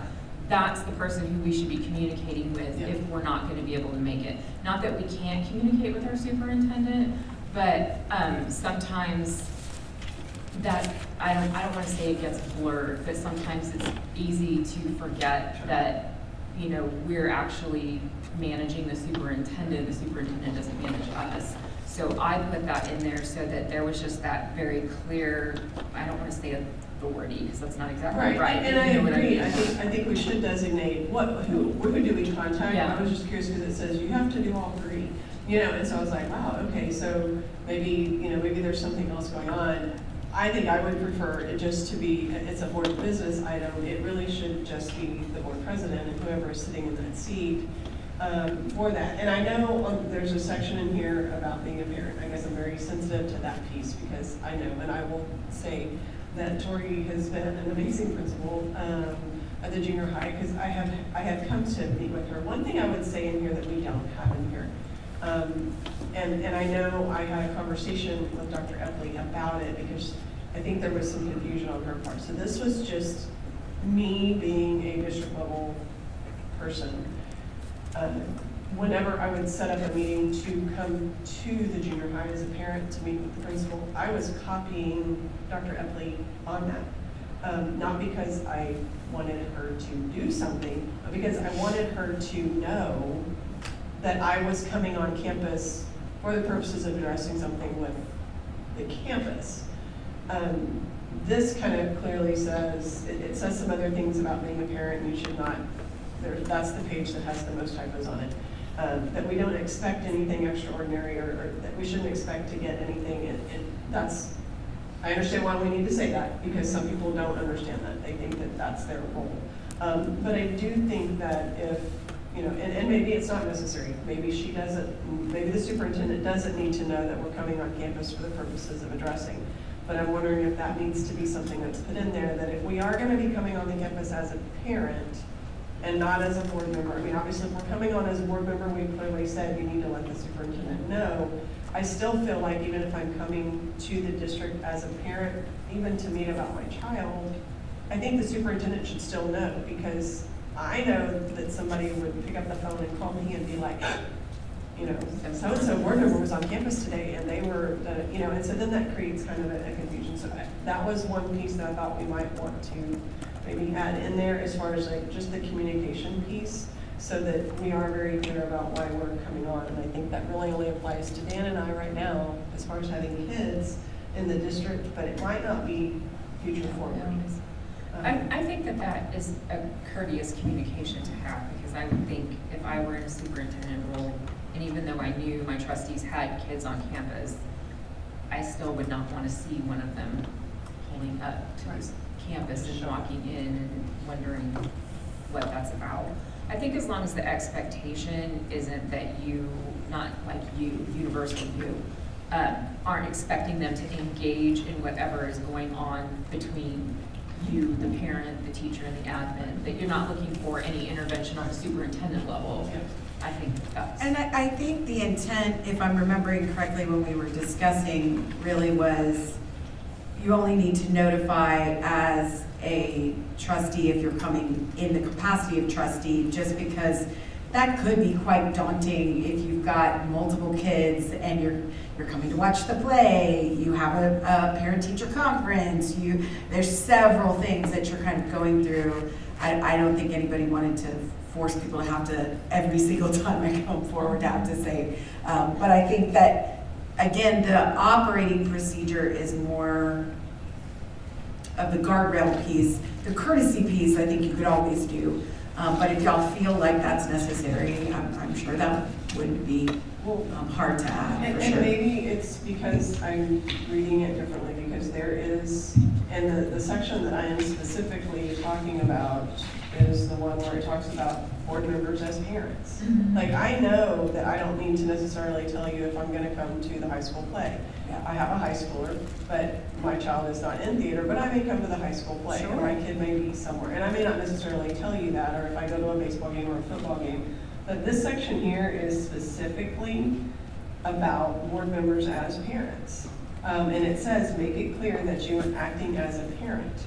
Well, if I'm coming on a campus, to me, part of that protocol is making it clear to the superintendent, if I am emailing the principal to say I would like a meeting with the principal, the teacher, the whatever, to address this, and I copy the superintendent, that's to say, I'm addressing it to the campus administrator to say, I would like to meet with you about. So this is the section I'm specifically talking about, because as a parent and a board member, I understand the concept of the imbalance of power. And I'm sorry, we can say all day long I'm coming on as a parent, and no one looks at me as a parent. Everybody looks at me as, a board member coming on campus. And, I would like to say that it was as simple as going, oh, well, her board responsibilities don't matter right now. She's just this. But, and never expected anything other than whatever district protocol is. And so that's the piece, because we call it out specifically here. And I have, I have multiple children in multiple areas, and so that's the only place that I'm kind of saying, I feel like if, we're going to make it clear that we're acting as parents, I want to make it clear to the superintendent that I'm coming on and acting as a parent. I'm just saying, I think maybe that ought to be a part of this, and y'all can disagree and not have it there. On that same page, I did highlight this too. It says that the board has complete and full control of the district. To me, that is in direct opposition to the concept of not doing administrative things. Can you tell me what page you're on? I am on page 8. I am on page 8. Yeah. The board has final authority to determine and interpret the policies that govern the schools, and subject to the mandates and limits imposed by the state and federal authorities, has complete and full control of the district. That is true based on your board policy and what's allowable by law. And see, to me, that's contradictory to the fact that, honestly, the superintendent, to me, is in control of the district, and we are the governance. I think and again, I didn't write any of this. Yeah. I want to be very clear. This is not big by me. That's what I said. I wasn't there. I'm reading it going, that doesn't make sense to me. But I think. That was old. Everything. Right, no, and I get Right. that. But And I again, think we're what trying to make it clear. What the TASB representative was trying to say in that, and again, I probably shouldn't talk for her, but I would think is at the end of the day, if there is a level 3 grievance, you have full control over what your policy says. That's true, okay. So I think that it's really talking about, from a policy standpoint, So you maybe do have full control. Maybe we clarify that a little bit. And the parent stuff is at the bottom of that page. And obviously the parent stuff is in black, so that's something that has, always been there. I'm just saying from a transparency and an optics point, those were just some of the things that I saw in there that I just kind of made some notes on as I read. So when you would schedule an appointment, now I am using the you. That's So fine. when you would schedule an appointment with the junior high admin to say, I needed to meet with you and this teacher for whatever reason, you're I was CCing copying, yeah, I was just her on it? copying her on, that way she would know That you I'm were coming on on, this is campus. why I'm coming on, and, not asking for her interference, not asking for her Okay. support. In fact, didn't even make a phone call about it. Met with the campus, we did the business we needed to take care of, and that was it. So I have a question from an admin standpoint on that, because obviously we're talking about wanting to include our superintendent, but what is that optic for you guys when you see the superintendent copied on a parent email?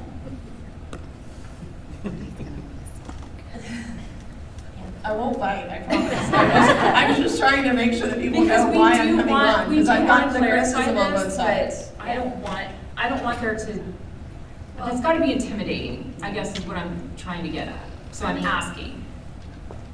Yes. However, I've been here a year and a half, and I've had multiple parents sometimes just go straight there. Mm-hmm. And working with Dr. Epley, I realized that she's here to support us. So even if that's just a thought partner, I don't view it as intimidating.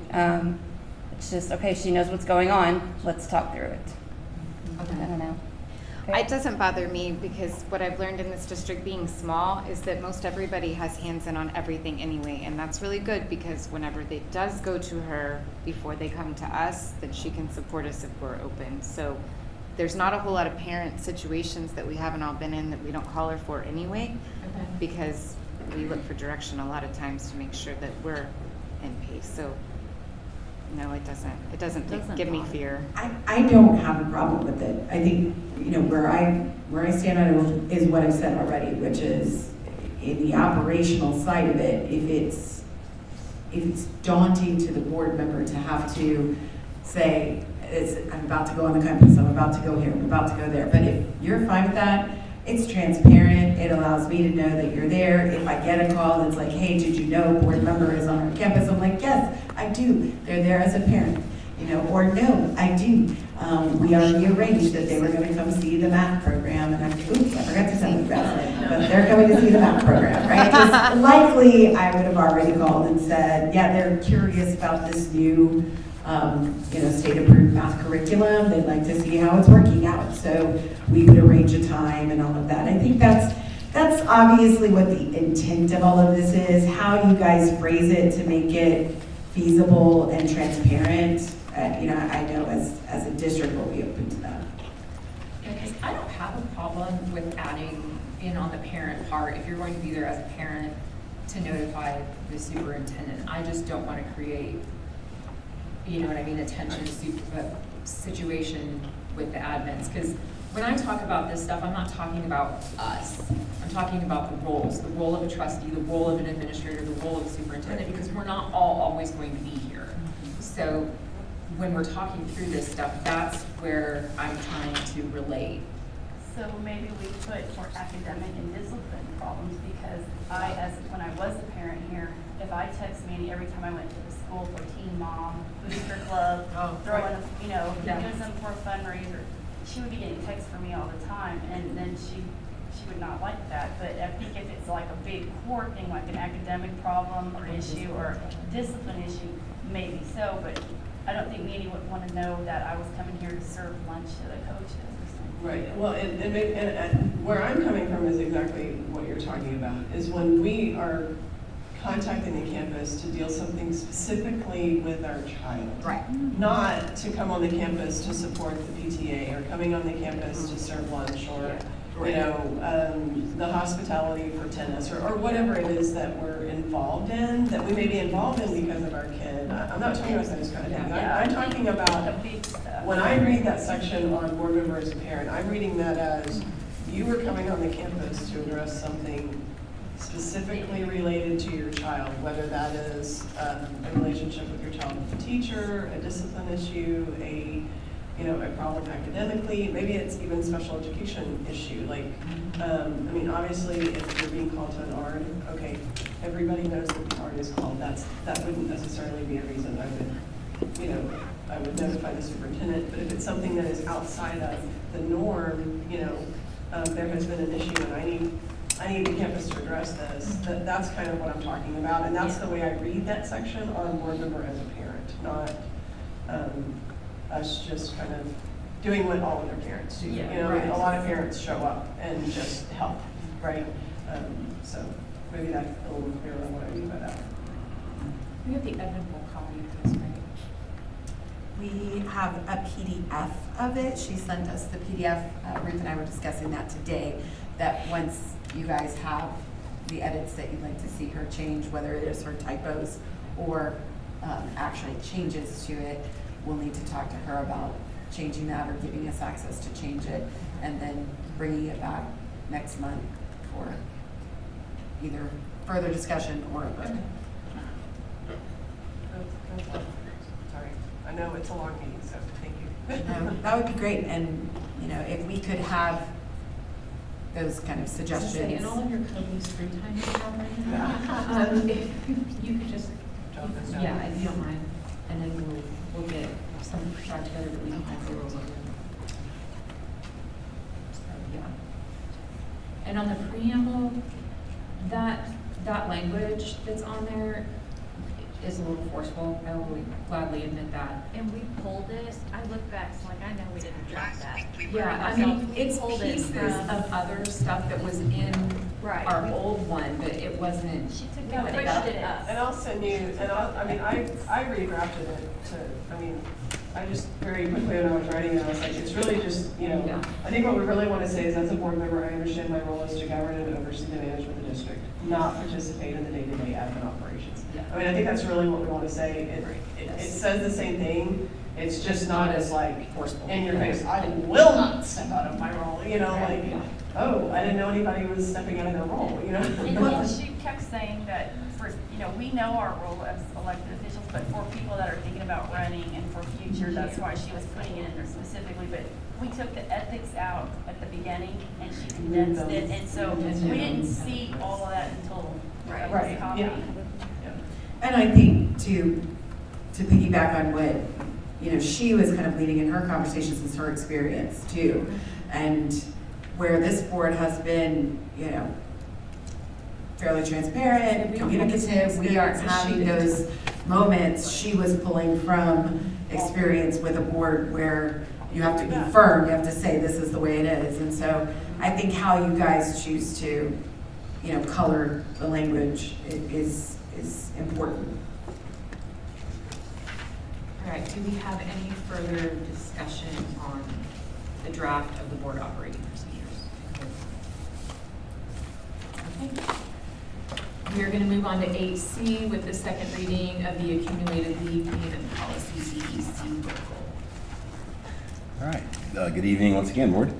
The purpose of the second reading is to have another opportunity to provide an update on the changes and revisions based on board feedback at the last meeting, and then also to get additional feedback before the third reading in March.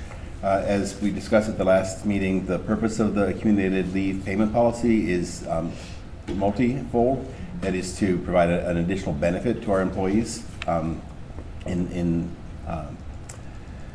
It would be also to increase attendance and to increase our retention of our employees.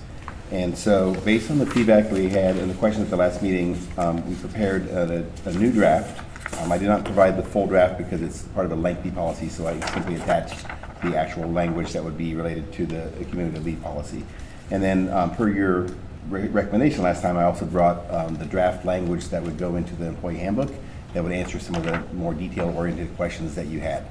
So if we look through and the documents that I provided, the changes, well, I'll just go through what's on there. The policy would provide for payment of accumulated leave for employees who voluntarily retire through the teacher retirement system. That has not changed. It would be for those who voluntarily retire, not those who are being pushed out or somehow being terminated based on performance. It would be only for those employees who have 5 or more consecutive years of employment in the district right prior to their retirement. And then a few things that were specified here. It would be for those who are a Chapter 21 contract. That means those who are under an educator certification. Those would require them to retire at the end of the school year. That is new to based on feedback from last time. The intention of that would be to discourage mid-year retirements, which make for it difficult for us to staff that classroom and continue the instruction for the year. Currently that is limited to the Chapter 21 contracts. That is subject to discussion as well, whether that would be something we'd want to extend to cafeteria, to transportation, to custodial. My current recommendation is that we not extend it to that. We typically don't have, the number of employees who stay employed in those areas long enough to retire, and their positions are not tied directly to the sequence of the school year. While it is disruptive to lose someone from the cafeteria in April as compared to the summer, but it's not disruptive in the same way as far as disrupting relationships with one particular group of students. So my current recommendation on that is that we don't put that provision in for those employees who aren't under a Chapter 21 contract. But if it is the desire of the board to do so, it is not a problem at all to add that. The next piece added based on the feedback was that the employee would provide advanced written notice of intent to retire. And so in this case, drawing from other districts, we are recommending 30 calendar days for the Chapter 21 for the contract employees, 30 calendar days for the contract employees, and then 14 calendar days for the non-contract employees. Basically that you have to give your 2 weeks notice if you're an hourly employee, and that you have to give a month notice prior to the termination of your contract for contract employees. And then another revision that did not come out of this meeting, but it came out of some further conversations, was instead of saying I'm just changing this other. Apologies.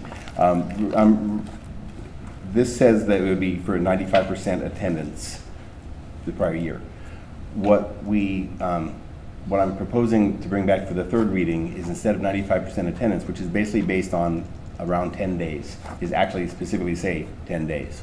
Because the purpose of that was that you basically are using no more than the leave that you're allocated per year. But the 95% muddies that because it's like, well, why 95%? And it also kind of actually ends up being perhaps 9 days or 9.4 days. So just explicitly saying that you cannot burn your leave. Basically, you can leave the leave allotted for that year, but you may not use like excessive leave that year. So I'm not sure why that's not on the draft that I'm looking at, but in any case, it's recommended that we'll put that into the final reading. That's on the proposed additions, the second. Perfect. I'm looking at it. I grabbed the wrong piece of paper then. Yeah. I thought yeah. I printed this a couple weeks ago and I grabbed this one instead of printing the new one. Furthermore, the amounts stay the same, but I added the piece about, no, I'm sorry, the rest of that remains the same. When you go to the Navarro handbook page, there are a couple questions that were answered here. One would be about specifically defining when the payment would be made. So it says on here that the payment would be made on the employee's final paycheck. So that would not be a policy issue, that's simply an implementation issue, but it would be made clear to employees about when that payment would be made. And then we also added the language that this would not be included in the annual wages reported to the TRS system. So basically it means it's not going to bump your retirement amount up because it would not qualify for that purpose. So with that, are there any recommendations, questions, or comments about the proposed policy? No, but I like the change to 10 days. I think that makes everything a lot more clear. It was confusing. Do you have anything?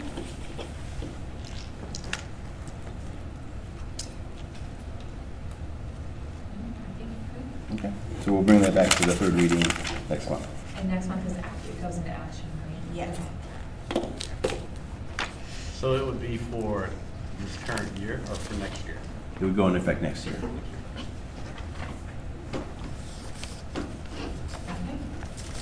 We will move on to discussion item 8D, updates to DK local, EB local, EEB local, and DBA local to align with the district's current DOI plan. This is very simple. I'm not sure whether I will explain it after that last presentation, whether I will explain it clearly, but this is basically a procedural issue. TASB reviewed our policies and I think they're kind of refining previous guidance they gave around the language that needs to go into policy when there is a DOI, District of Innovation, exception being made, exemption. And so in this case, there are part of our District of Innovation exemptions we have from state law include for the calendar, includes for class size, and includes for some of the certifications, particularly around CTE. For each of those related policies, in the legal policy, which draws from the state law, there is a statement on there saying this district has a DOI that might exempt them from some of these provisions. They also put that same disclaimer on the local policies, but in their latest guidance says it doesn't need to be in the local policies because you're not exempt from your local policies. Your local policies are not where it says we have a 22-to-1 class size. The local policies are not where it says that we shall not start the school year before a certain date. So they said it actually doesn't make any sense to put that in there. You simply revise your local policy to reflect what you're trying to accomplish with your DOI. So this is simply a bit of housekeeping to remove that language from there. We put it as a first reading just in case there's any questions. We didn't want to bring a policy change to you without an opportunity to have further questions. So at this time, the intention was to present it to you, bring it back in March for a second reading. However, if you're so moved, you can certainly move to adopt it today as well and get it off the plate. If it comes back in March, it'll be in consent agenda. And if you choose to adopt it today, it would simply be a simple matter. Are there any questions about this one? No, I just think in keeping with our policy about having first readings, we'll bring it back for consent next month if everybody's okay with that. Thank you. Okay, 8E is the intruder detection audit report. Good evening.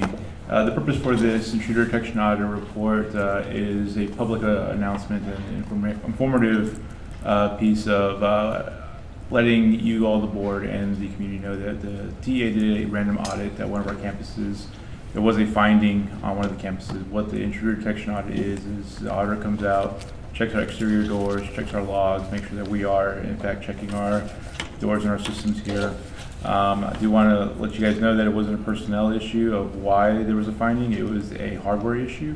I won't go into the details of the specifics of campuses or anything like that. Again, it's just an informative piece. We do have corrective actions in place with TEA to rectify this. This is part of the process out of HB3. Any questions for me?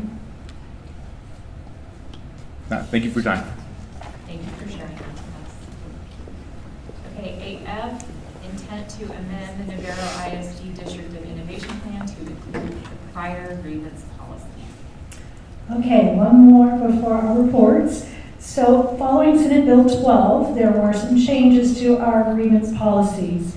And districts at that time had the opportunity to adopt the policy by September the 1st, or under their District of Innovation, they could seek exemption from portions of that policy.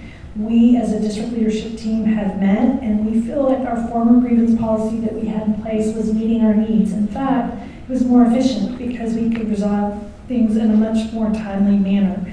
Now, with the extended deadlines and timelines that the grievance process is under with Senate Bill 12, it's harder to get to the root of the problem and solve these issues. So we, as a District of Innovation, met on February the 5th. On our website, on the About Us tab, if you look at District of Innovation, you will see our proposal to amend our District of Innovation, our proposal to re-adopt our former grievance policies that were being very successful with, and we were resolving issues in a very timely manner.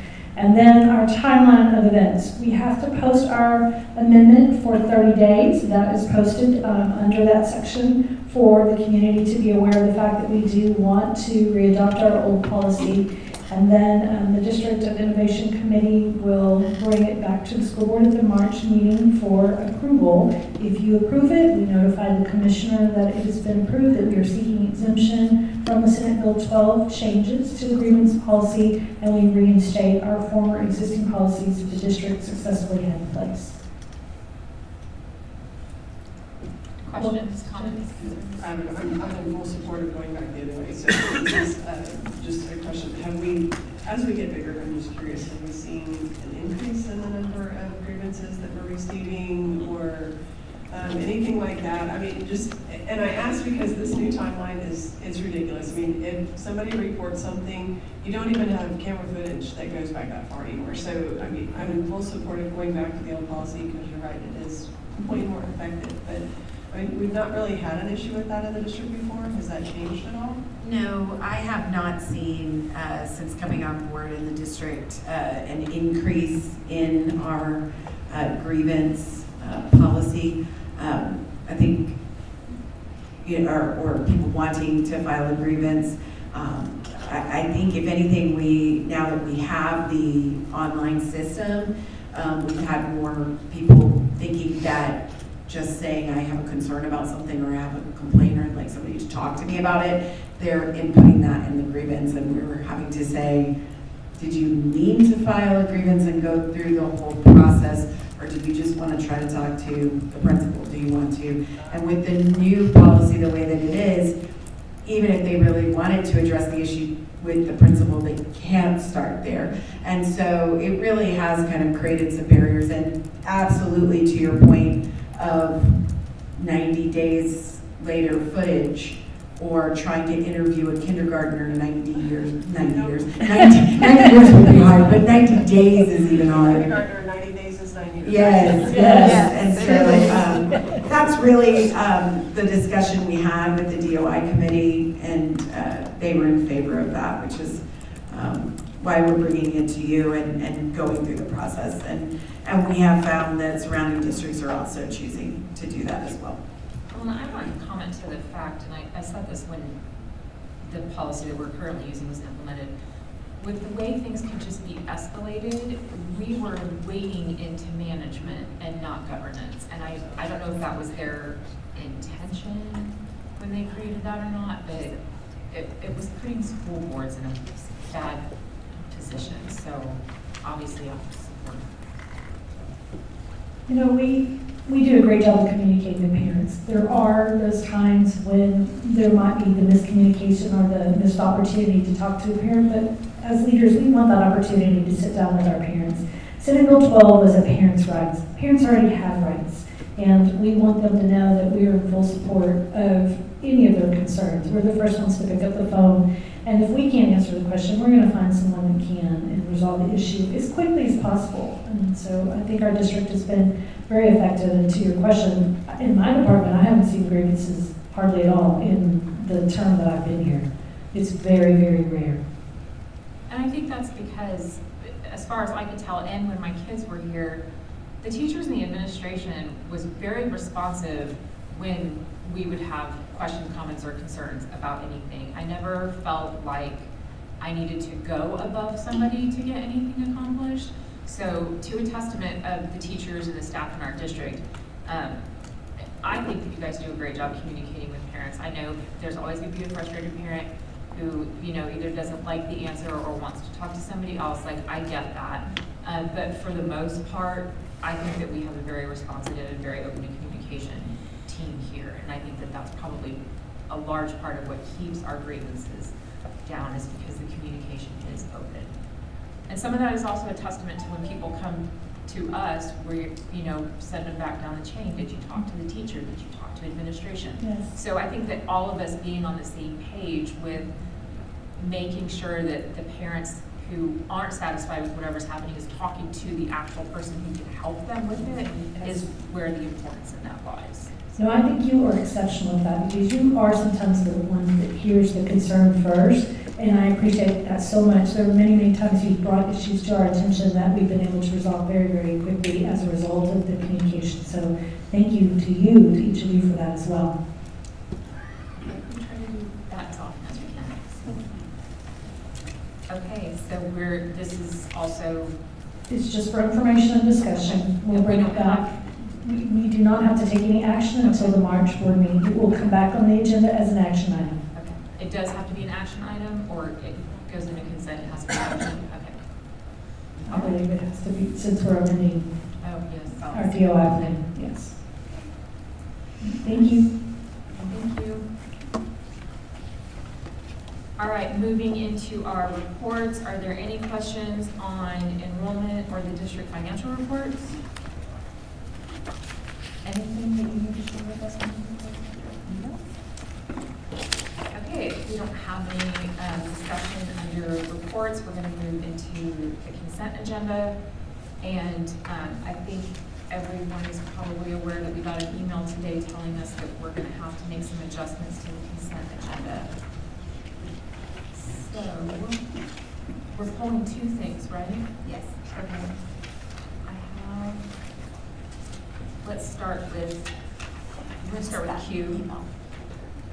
Okay. Let's do D. Okay, so I'm going to read this. We're pulling 10D from the consent agenda. And I'm not really sure that there's an actual process of doing that, other than saying that we're going to pull it.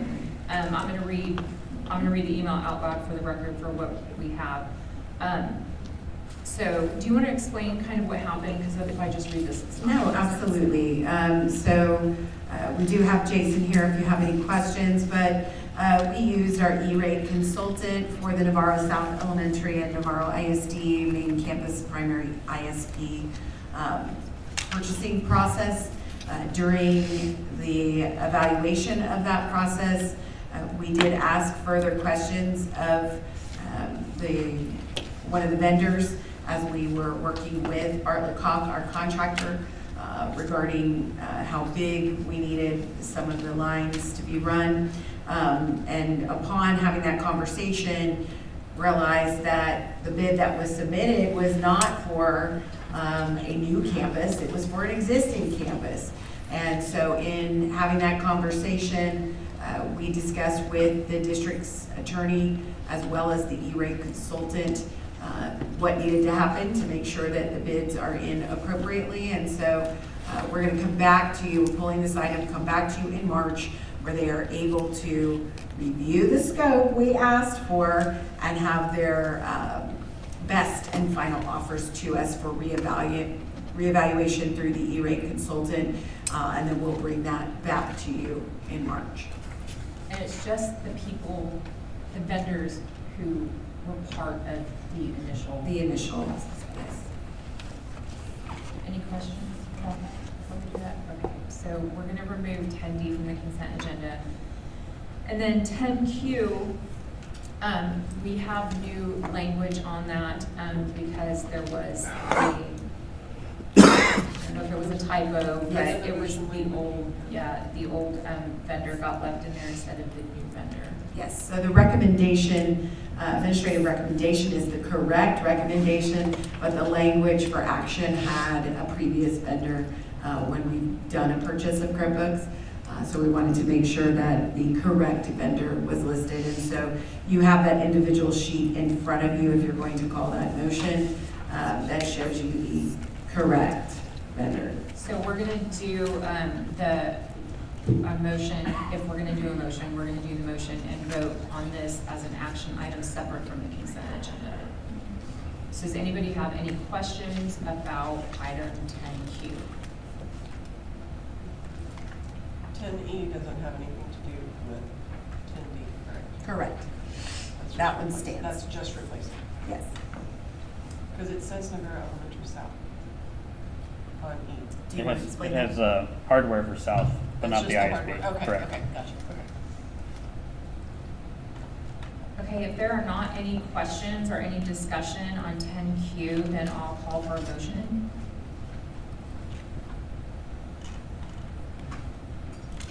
I move that we approve the purchase of 900 Chromebooks from Virtucom at a cost of $272,600. Second. Motion was made by Lacey and second by Dan. All those in favor? Those in favor, Becky Stevenson, Donna Gillum, Melissa Sartain, Lacey Gosh, and Dan Reinhardt. That motion today carried 5-0.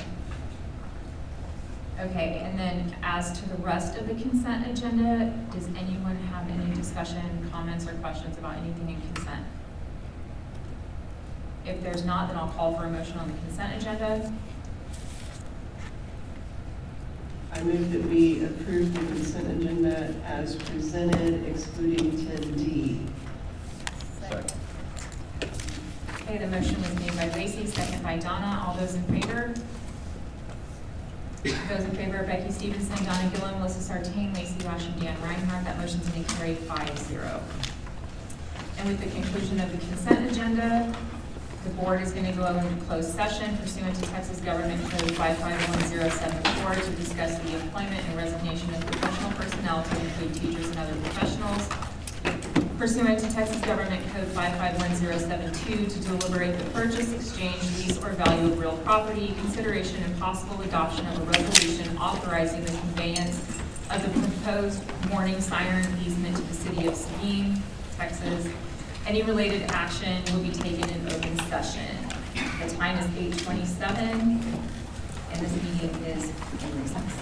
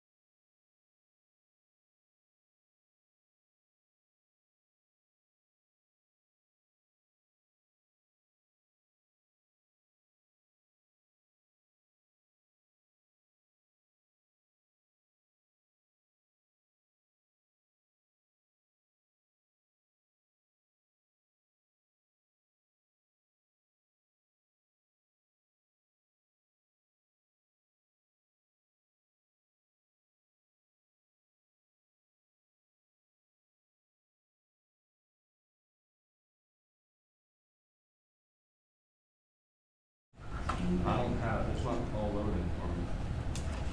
I don't have like. Do y'all have it?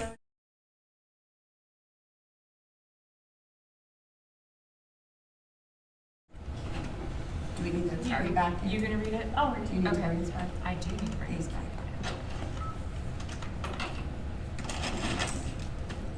Okay, the time is 9:06 and we're reconvening in open session. Do I hear any motions? I make a motion to adopt the resolution authorizing the conveyance of the proposed warning siren easement to the city of Seguin, Texas. Second. Motion was made by Donna, second by Lacey. All those in favor? Those in favor, Becky Stevenson, Donna Gillum, Melissa Sartain, Lacey Gosh, Dan Reinhardt. Motion carries 5-0. Are there any other motions? Okay, the time is 9:06 and I'm making a motion to adjourn.